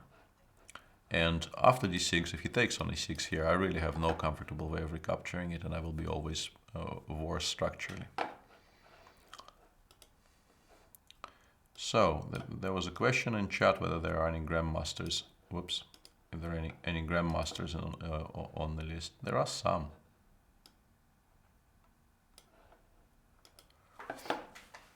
Let's play a grandmaster.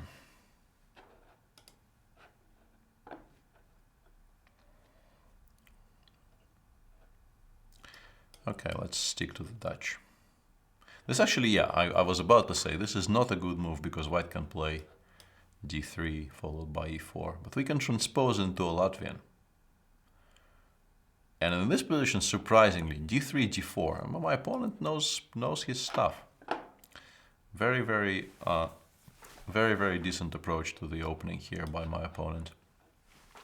Because it looks weird, because white seems to have just wasted a full tempo, but in this fashion he forced me to play a Dutch with a knight already on c6, and it's a big question now to which system of the Dutch I should be aiming towards, but I'll go bishop g4 because it seems reasonable. And now, do I need to waste a tempo on h6, or will he take anyway, if I just leave it there? Let's see if he takes anyway.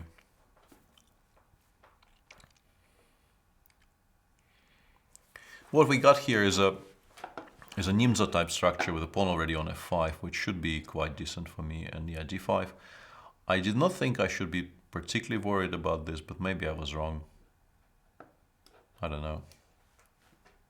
It felt to me that because my structure is so mobile here, and because he is not particularly well developed, he shouldn't be able to use this too effectively. This fact that he has some tactical ideas right now.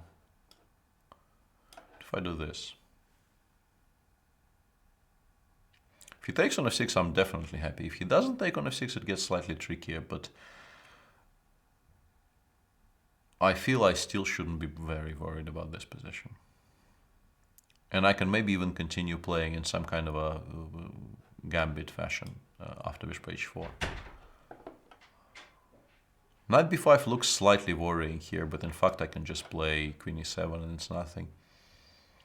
And if allowed, I will play f5, f4 next move, but... Ah, coffee. Thank you. Or c5 even.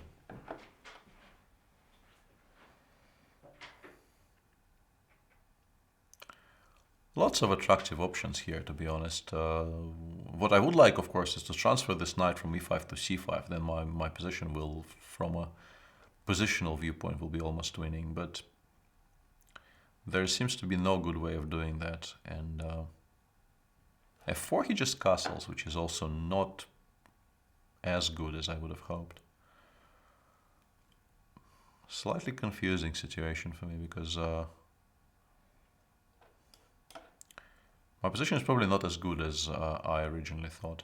But f4 looks correct from a positional viewpoint, so let's do that.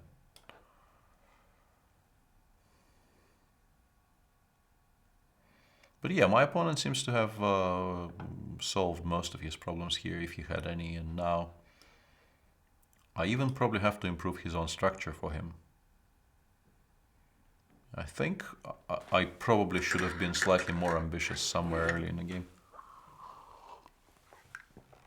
Because now if I allow g3 and f4, I will be worse, which is regrettable.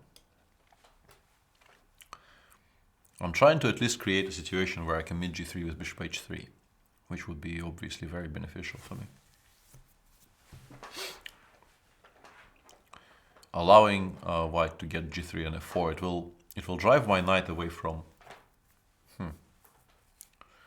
I have to stop speaking here because I need to assess if I can still play bishop h3 or if f4 is too strong, that so strong that I can't.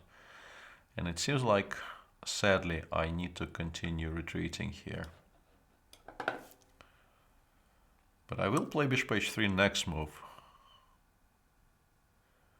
if he does nothing. And after bishop e6, it becomes, the assessment becomes very, very simple. If this pawn survives, I'm obviously in trouble. Actually, I think this was a bit hasty. I should have spent some more time on this move, but... Okay, let's play king h8, although rook f6 may have been also interesting, but... I want to do something like this. Queen c5 followed by c6 and d5.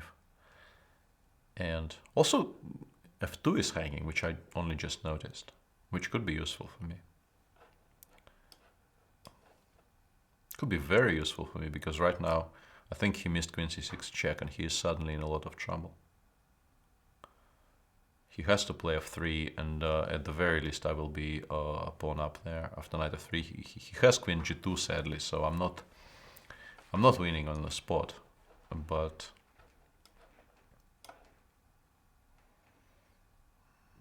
I can actually just simplify. Oh, hang on, I blundered bishop d5. I wanted to go knight e5 here.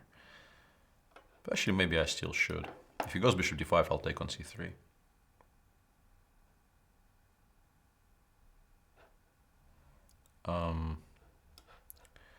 This shouldn't be very good. Now the pawn on e7 will be carefully picked up in the next moves. And I end up being simply 2 pawns up here. Alright, more Grandmasters.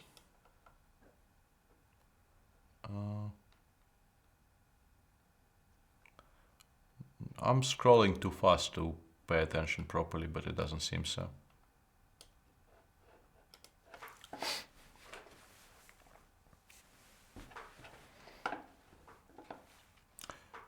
So we're an hour and 14, and I do feel like I'm getting a bit slower. Okay, let's try and rehabilitate the Benko after my horrible attempts in the previous game. Please don't play Queen c2 again. Thank you.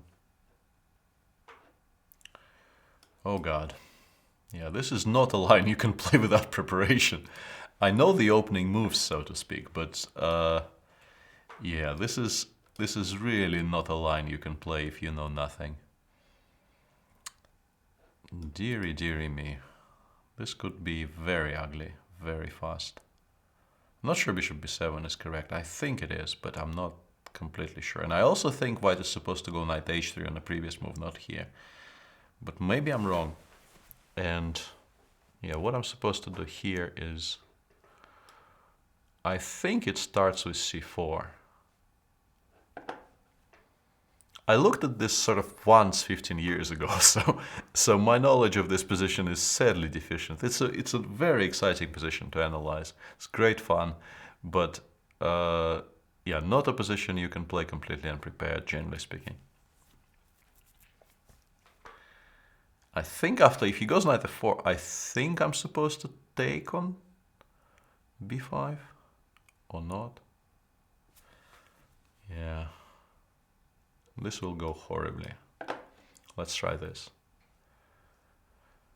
This will go very, very badly for me, I have a feeling. But I don't see how I'm losing on the spot. And this is a kind of a position where if you're not losing on the spot, you're doing okay. But I am actually losing on the spot. Okay, this is unfortunate. How am I losing on the spot?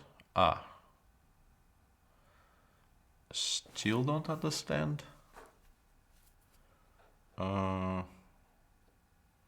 Still don't really understand. What am I missing after knight g5, queen d8? I guess simply queen takes. Oops, sorry. I guess simply queen takes c4 is very strong there. Yeah. Now I realize what I missed. Yeah, this is not a position, as I mentioned 67 times previously. This is not a position you should be playing if you're really, really unsure of any of the moves.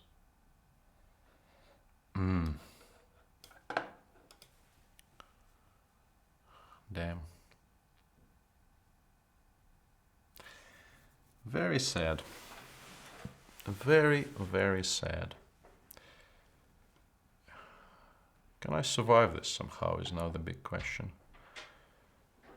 Can I play f5, for instance? Because everything else seems to be... I have no idea what Jan is trying to tell me, but... Ah yeah, sorry. I looked like I scrolled up, but I didn't actually, yeah. Can I play this here?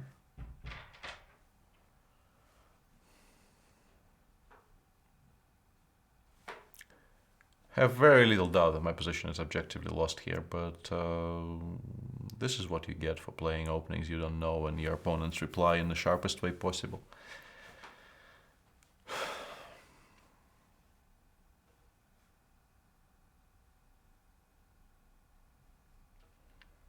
I still don't see how I lose there, which would be a minor miracle.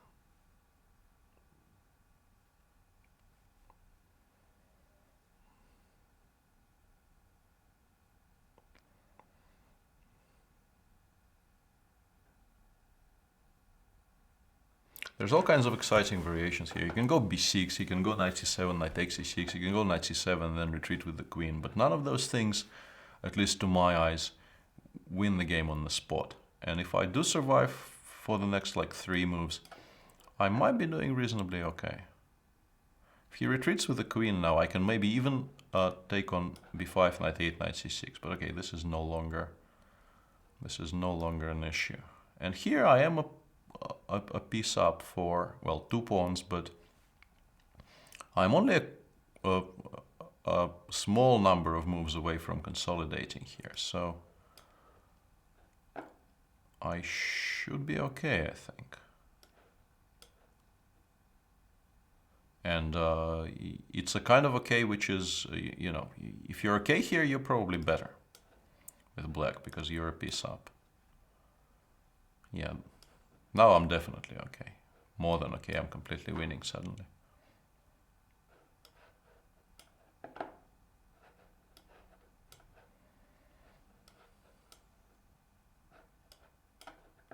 Whoops.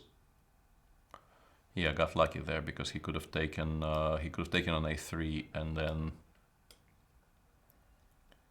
then he could go rook d6 check. But okay, this is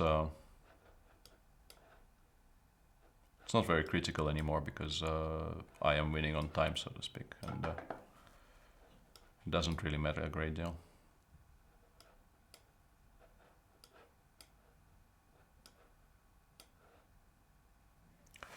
Yeah, this is the problem with this line. I'm pretty sure I was correct up to knight h3, c4 and knight f4, but I guess I should have taken on b5 here, and in this position maybe I take, play queen c5, queen e4, and I kind of stopped here assuming I'm in a lot of trouble, but maybe I have a move here of some kind, like maybe queen c6 followed by knight e7. And if he goes knight c7 check, maybe I get a lot of counterplay in a position like queen a8, queen e5 check, followed by bishop c5. I could only remember up to here, and yeah, queen c5 is, judging by the speed of his reaction and the kind of a position he got, is probably a bad move, but I managed to survive somehow, and I'll be curious, maybe I will actually even check afterwards if I'm completely lost here or not, because I couldn't find anything for him and neither could my opponent. After knight c7, king f7, if he goes, let's say, queen c2, I can play rook a7, but I can also, I think, do this. Takes and knight c6. And if I'm allowed to recapture on a8 next move, I will have 2 pieces for rook and 2 pawns in a very unclear position. All right, that was reasonably exciting.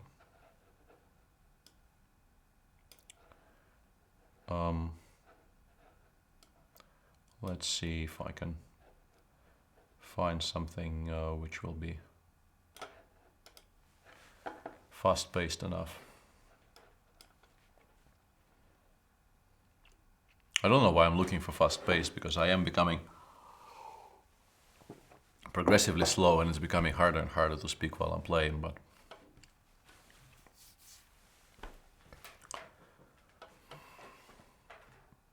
maybe my choice will not be vindicated anyway, because my opponent is not, apparently is not there.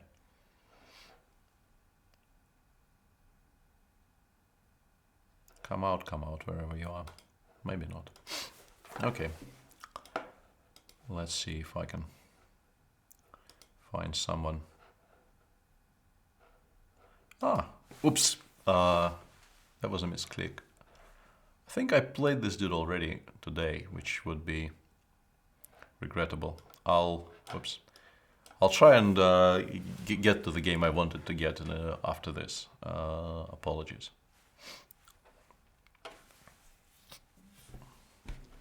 I suddenly spotted a participant of the Wykanze challengers in the list, and I thought this could be fun. And then I somehow scrolled past him and clicked on a different name. Let's not play the Marzi bind. Let's play something, well, potentially sharper. Although I don't really know the theory of this line anymore. I used to know something about this, but I really don't anymore.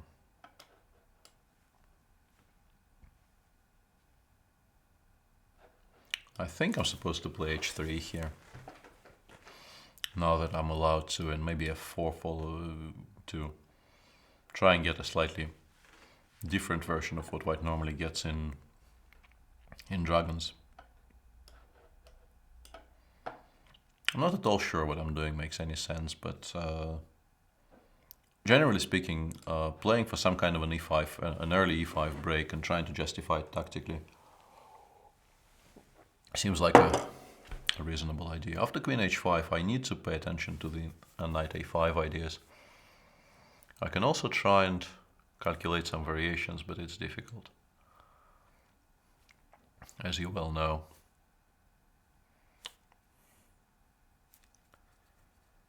Knight a5 is annoying.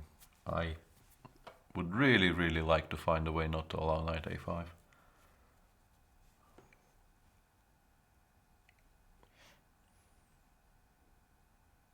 But I don't really see how, sadly. Alright. Let's continue as if nothing happened.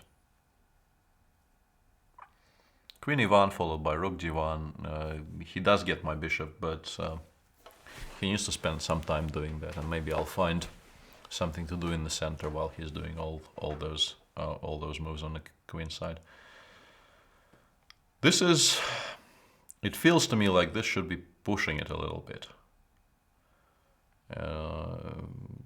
Black is taking certain liberties here, but I'm not sure it's true. Before I'm planning to go knight g5, and if he takes on e4, I'm planning to start thinking. That is my plan. The full extent of it is, if he does this, I will finally have to calculate, and I will cross that bridge when we get to it. So we do get to it, and this is a curious position because his queen on g5 is not a particularly happy piece, and I'm kind of tempted to start playing directly against that. Like, what about this move? It looks a bit weird, but if he takes, his queen on h5 will really have 0 moves. And it might be to my benefit. Although, if he goes knight f6, for instance, it's unclear if I can actually use it particularly well. And also, I now realize he has h6. I've completely forgotten about the h6 square in all the variations where black doesn't take on g5 here. Which is regrettable because it's an important detail.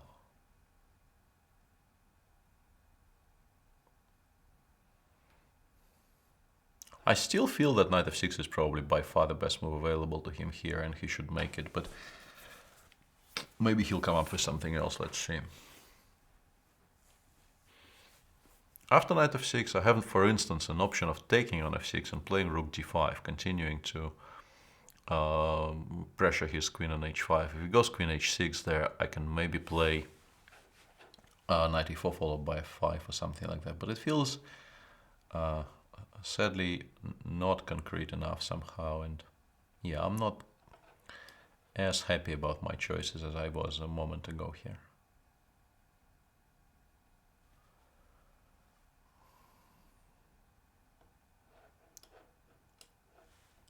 It still feels like the best option I have available to me here, but probably not enough. Queen h6, I could also start sacrificing stuff, but I honestly don't believe any of it works.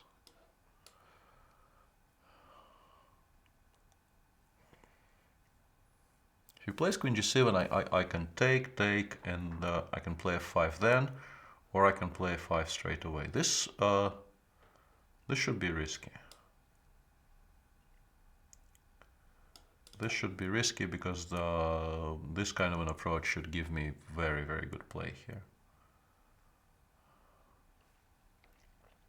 Yeah, and in this position I can play rook takes d6, but it feels kind of pedestrian and I want more. I want to start playing for much more already. Queen h4 followed by bishop h6, and there's really no comfortable way for him to stop bishop h6 here. If he has to play f5, bishop h6, queen h8, there might be some mate there, or, you know, as close as makes no difference.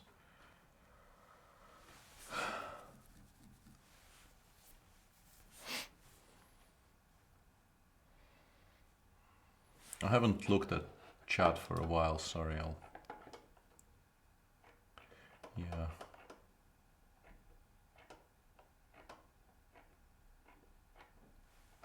Yeah, after h5, it feels like I should be doing very, very well after some reasonably simple moves even. If I take, he has to take, I take with the rook.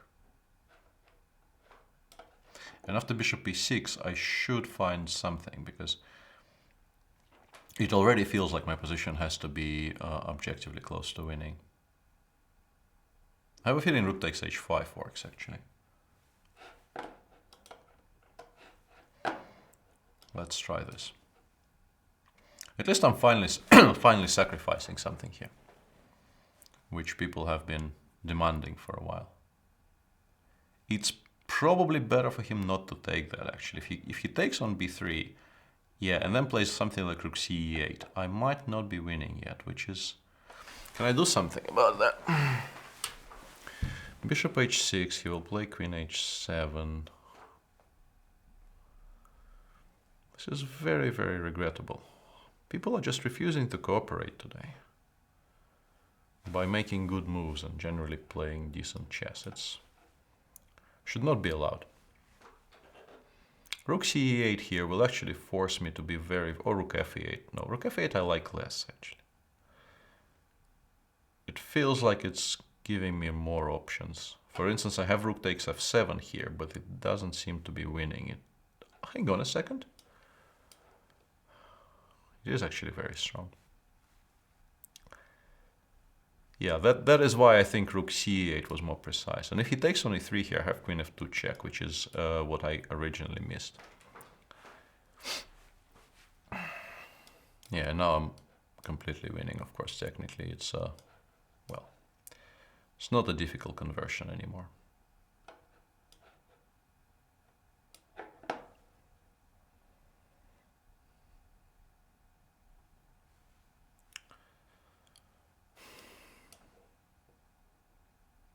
I mean, because his knight is so strong on e5, some care is still required from me, but generally speaking, just driving the b pawn up the board, and if he plays d5, it will be much harder for him to deal. I mean, his pieces will start hanging, which is a huge deal in positions like this. And here I can probably start giving him checks, and if I can trade the b pawn for the g pawn, I will be completely winning, of course, and this drops a knight. So it turned out to be a reasonably decent game, but objectively speaking, black is probably fine here. I have a feeling this pawn sacrifice is a little bit too speculative for, machine will probably refuse is what I'm trying to say. Okay, let's see if I can. There he is. How not to make a mistake whilst clicking is now the big issue. Because I've already done that twice today. So difficult to actually click on a correct challenge. Give me a second. Where's Mr. Van Forest? Come out wherever you are. Okay.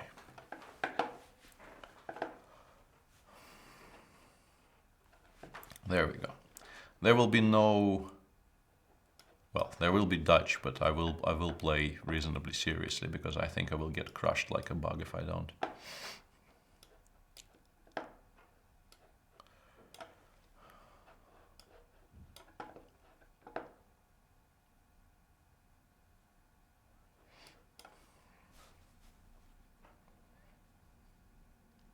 We've had this once before, and frankly, I haven't looked at the position after knight c6 seriously for 5 minutes in my entire life, so I honestly have no clue whether what I'm doing is any good. Probably isn't, but it's no reason to stop playing it. Yeah, I think d5, e4 here is very strong. Or maybe even bishop a3 first.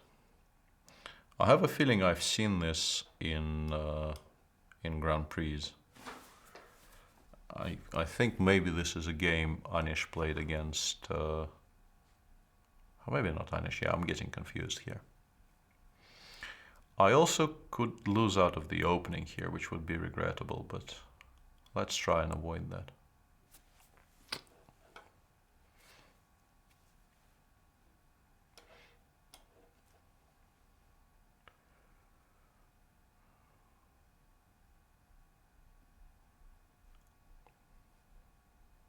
Strategically, this position is incredibly risky.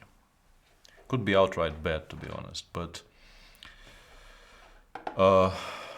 this is the nature of the opening, so to speak. I can't really do very much about that.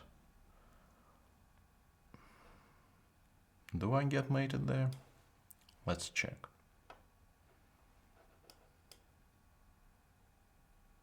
I could actually end up getting mated here, but if somehow my pieces get out of the corner, my position will be tolerable. If, let's say, I have enough time to play, I don't know, Queen c7 and Knight e5, my position will suddenly start looking half decent. He wants to play... Knight takes e4. Let's not give him the chance. And I am now threatening h6 quite strongly, I think.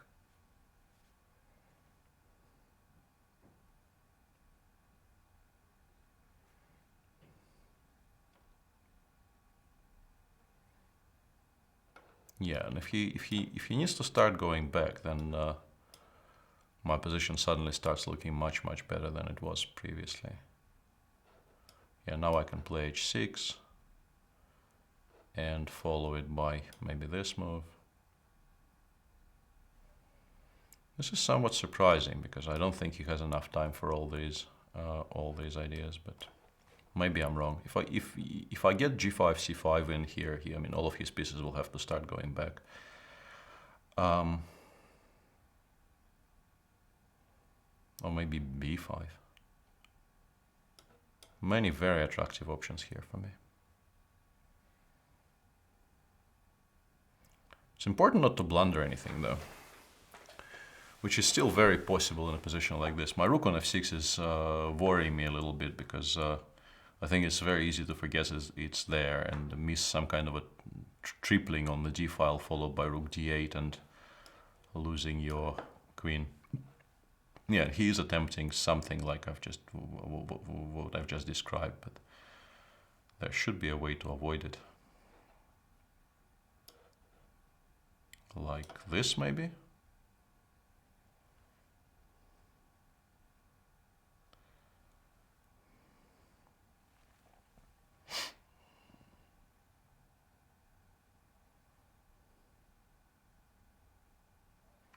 Yeah, this seems quite strong, I think.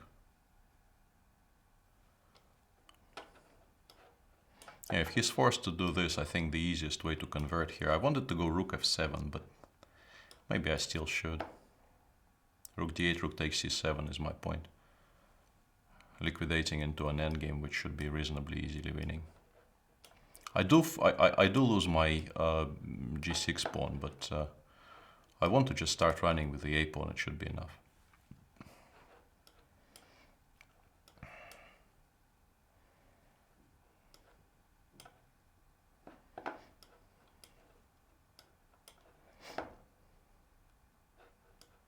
Yeah, this is completely winning now. Sorry, I was kind of forced to stop talking there for a second, but it became tricky and I needed to pay attention to what was going on the board. Yeah, out of the opening, somewhere around here, it doesn't really feel like black is doing it all well, and I would have played e2, e4 in his spot without thinking, because you need to start challenging my center straight away. And it feels like my position might collapse at any moment. You know, if I have to play f4, for instance, bishop h3 looks, well, crushing, followed by bishop e6, or if I play queen e8, knight g5 seems winning for white. So yeah, knight c3, c6 Dutch, I don't really know what I'm doing there, and I end up getting very bad positions constantly, but Dutch is a resilient opening. Since it's already been 2 hours and a bit, let's call for last 3 and I'll probably be done for the day. Judging by how Vaikonze is progressing, we'll probably have to do another 7-hour round tomorrow, and it's beginning to weigh on me a little bit.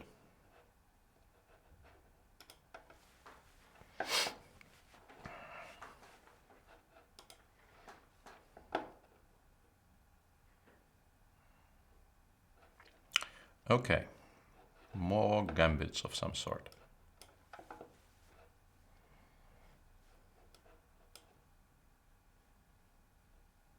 I wanted to go d4, bishop g4. Why aren't people complying with my unexpressed desires? Not fair.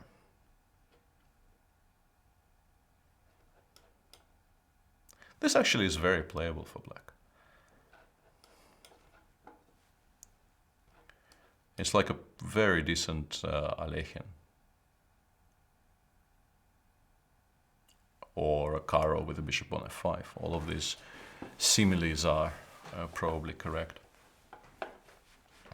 If white has to play knight a3 here, black is just, I mean, clearly doing very well. I'm even tempted to go c5 here, but maybe it's a bit too much. Yeah, let's castle first.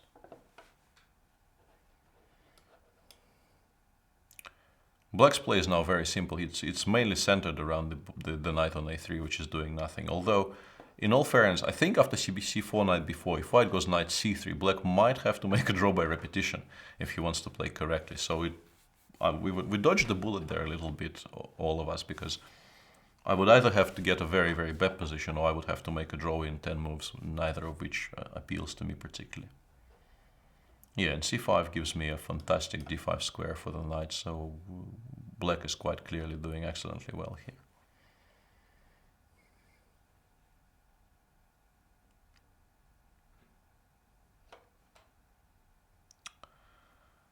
Should pay attention here, but yeah, let's play rook b8. I don't want to calculate too many variations connected with losing the b7 pawn. I could play b6 straight away even here. I think it makes sense positionally. Although I'm running into some knight e5 tactics potentially, which I probably should have started with queen e7. I don't know why I didn't. Wanted to go queen e8 here, but it might be... Yeah, let's do it anyway, because there are some potential nice tactics after bishop b5, a6.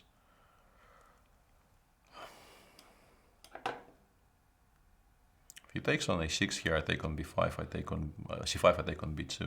If he does this, I have to calculate, and I probably have to go for positional compensation because I don't like rook b6, so it allows all kinds of d5 and knight c4 shenanigans. But here I do get tremendous compensation for my pawn, because his pieces are misplaced and I have a monster knight on d5. If he does this, I'm kind of tempted to even take on a2, but I will resist it. Let's keep his knight on a3 for as long as possible. Let's make him make all these unfavorable trades. And now I can actually regain the pawn, but he will play g5 and he will exchange a lot of material. I don't want that. I want to keep him guessing. Knight c5, knight d7, knight c5, I missed that. That is unfortunate. I didn't want to allow any of that, but I will still play it because it feels like I'm still doing very well there after something like knight takes a2. Return to b4. Rook a5 is a bit annoying, but yeah, this is now very similar to some positions you might get in the Grunfeld, so I feel very much at home. This kind of a structure can actually be seriously better for black in some positions, despite, you know, seemingly white having a protected passed pawn. This is just a blunder of a piece, which is regrettable because I wanted to, my apologies, I wanted to demonstrate some positional ideas which you get in these structures, but there are some very nice games which in the Grunfeld, for instance, I won a very nice game in the Russia against the rest of the world in 2002 against Timur Rajabov from a queen b3 Grunfeld. You can look it up, where almost straight out of the opening I got this endgame with a blockading knight on c6 against the bishop on a3, and black is just better in positions like this, and I managed to convert my advantage, I think, in a reasonably decent game, especially considering it was rapid. Okay, two more.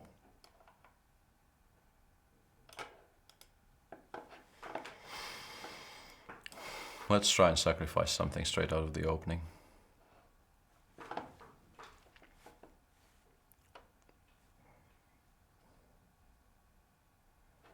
No Mora though. Mora is evil.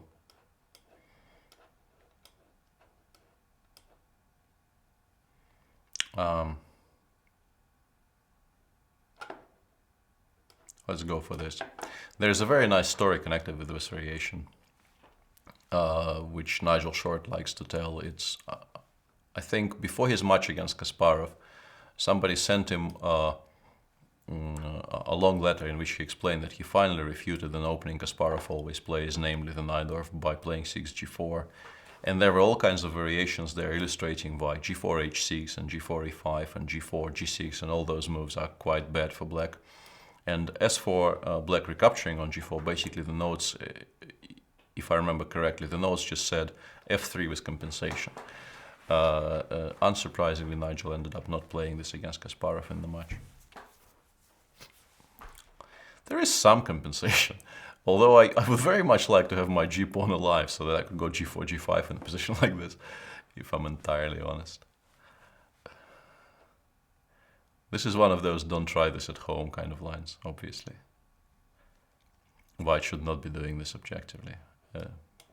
But by no means should White be doing any of this.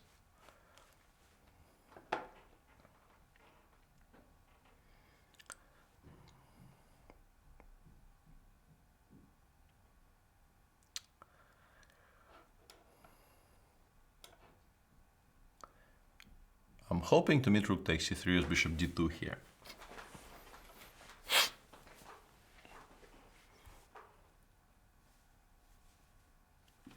What I'm hoping to do is, if black doesn't panic and just makes normal moves, is less clear. Such as this one, for instance. Basically, we're playing in absolutely normal English attack positions, only I don't have a g-pawn. And not only am I pawn down here, it's also a very, very important pawn, which helps to drive black's pieces away. But now I actually recapture it, so my position improved drastically in the last 5 seconds. Whoa, knight takes f3. Yeah. Both of us are slightly frazzled by now. Knight takes f3 was picking up the entire game. Yeah, I'm sorry about this. Yeah, I was so happy about my knight b3 intermediate move that I clean forgot about the existence of knight takes f3. This is a pretty clear sign that this session is will not suffer from me wrapping it up pronto. If I start blundering things like that.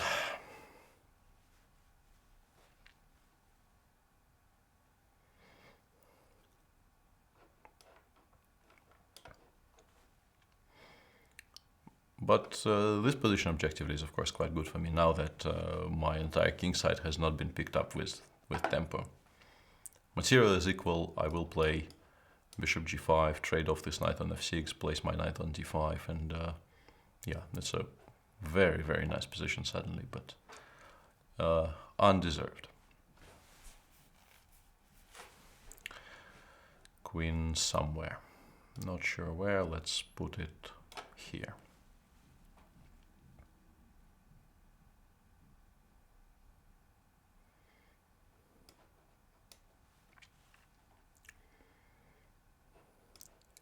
This would have been a good move if not for the fact that I can trade this bishop off now, and yeah, now my position is just objectively, completely strategically winning because material is equal and I'm better on every side of the board.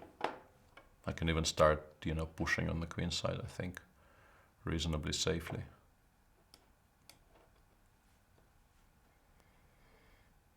Because none of my pieces can really be challenged here.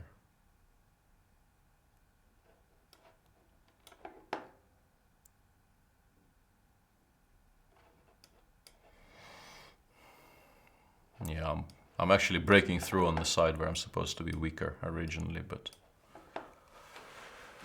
yeah, horrible, horrible blunder in the middle of it. And generally, of course, 6g4 is not something you should be doing. But I remembered that story of Nigel's and couldn't resist. Okay, one last game, and let's try and make it slightly more sensible than this effort.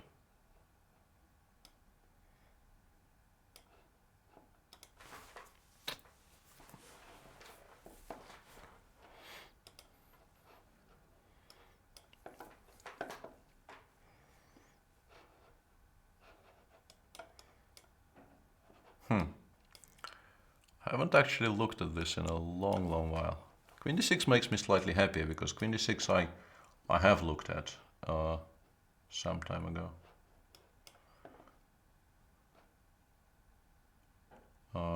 Although not this particular sub-variation of it. Makes me confused.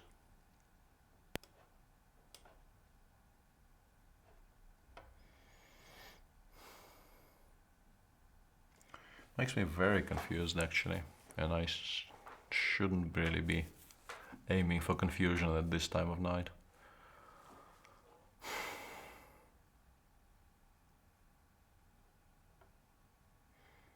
I mean, the obvious reply is to take on g6 and go bishop g2, but I think I objectively have nothing at all there, and I'm looking for something more exciting, but I have a feeling this will be excitement at my expense. Let's do it anyway.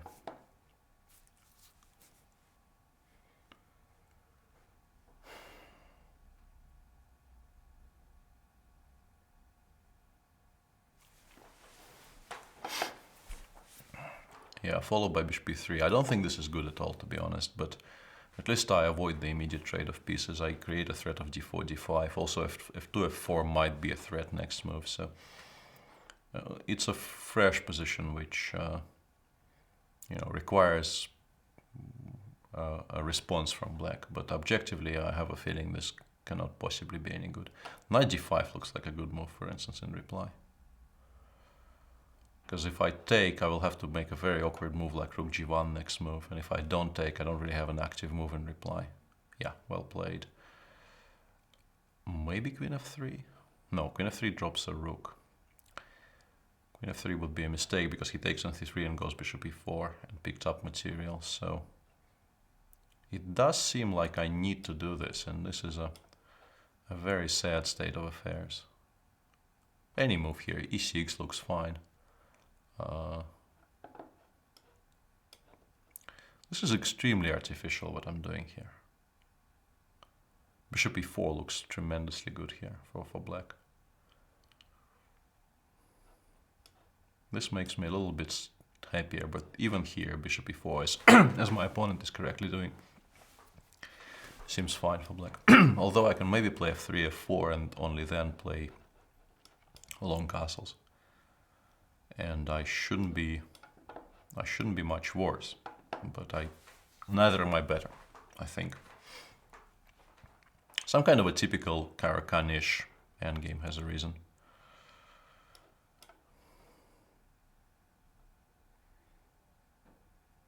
Yeah, that's a blunder, because I thought after bishop h4 I could play bishop f2, but I cannot really.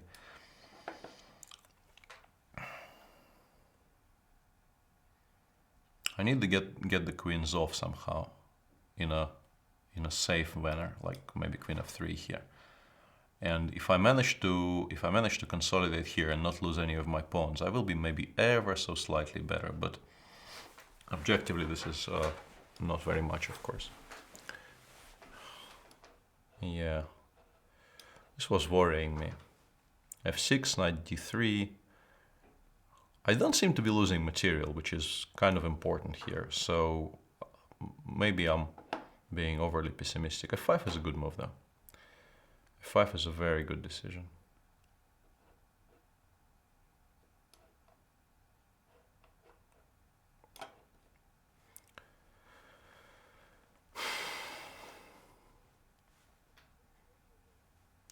I feel I have to play quite carefully here not to be worse, to be honest, and this is what I'm trying to do by playing bishop d2, because allowing bishop takes e5 and being forced to take on e5 with anything else by a rook, I think would give me, would land me in trouble.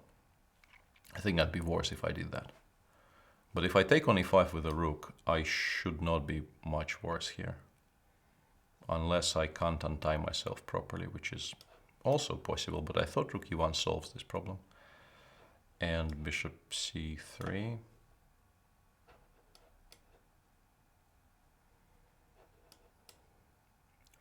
He does win the g4 pawn if he wants, but with pieces on opposite sides of the board, I think it's not a huge problem for me. I should probably offer a draw because it's really a very, very equal position. Yeah, I think flogging each other in this position would be a sad end to this stream. Decently played game, but not the most exciting game. I have a feeling that maybe it's not a... Come to think of it, I probably should play something slightly more exciting as the final game of the day. So let's play one more.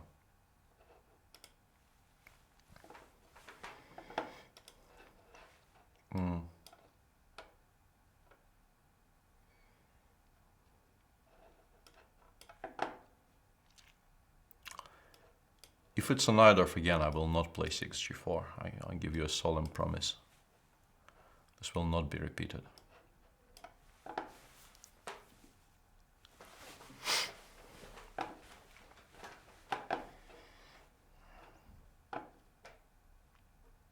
Another variation I know the theory of only superficially.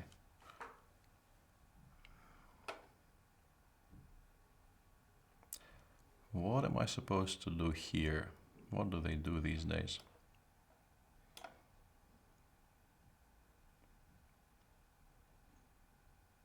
This is a very strange setup, which I think only gained some kind of popularity very recently, and I'm not sure if they even do this in this particular position, but I want to try.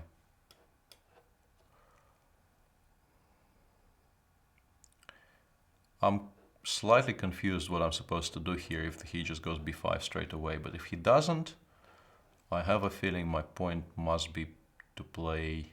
No, this will lose a pawn. Yeah, let's do this. It's a really weird setup, but it has some positional justification, and I'm wondering if I can play bishop h4 here, because I would like to. Because of how weird this is. Mainly, I think my major part of my reasoning here is just that it's an incredibly weird position and I want to play it once in my life. The plan is to go bishop g2 and make it very, very hard for black to go for the usual play with b5 and bishop b7. If that actually materializes, if black is forced to do something slow, I will have a lot of play in the center of trying to prepare the e5 break, as far as I understand the ideology of this variation, so to speak. If he goes rook g8 here, I might have to take on f6, but I think I gain something by forcing him to go rook g8. I think that there is no comfortable way of defending against g7, g5, apart from bishop takes f6. But bishop takes f6 is, yeah, with a rook on g8, he now will have a harder time finding a good home for his king. And playing b5 will not be that easy for him either.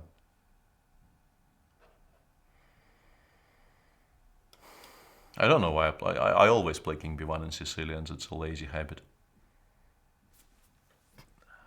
But it's not that easy for him to make moves, which is well,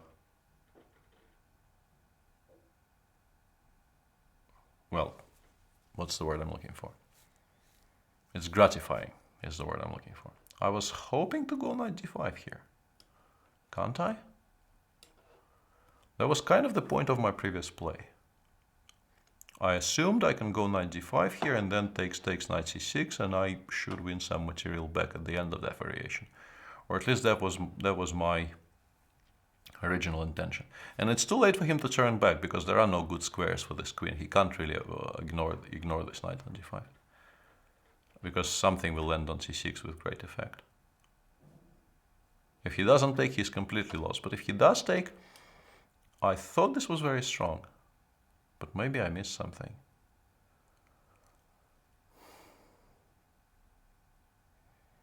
Wherever the knight goes, I play knight c6, and if he goes rook b7, I can simply take on e7 with the knight, and if he takes with the queen, my queen goes anywhere, and I pick up his queen on e7 because he's pinned and has no way to unpin himself properly. That was what I calculated when I played rook he1, but let's see if my opponent has other ideas here.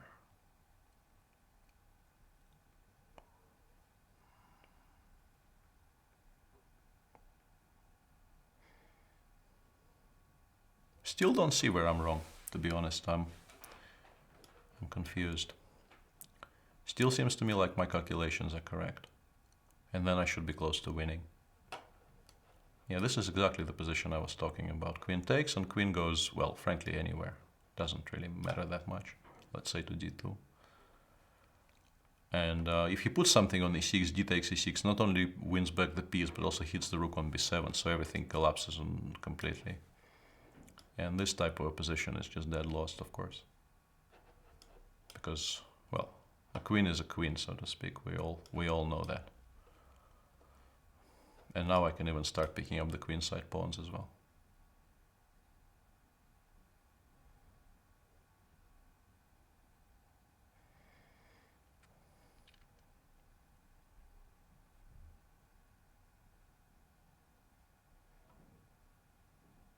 Yeah, that looks like a slightly better game to finish the stream on.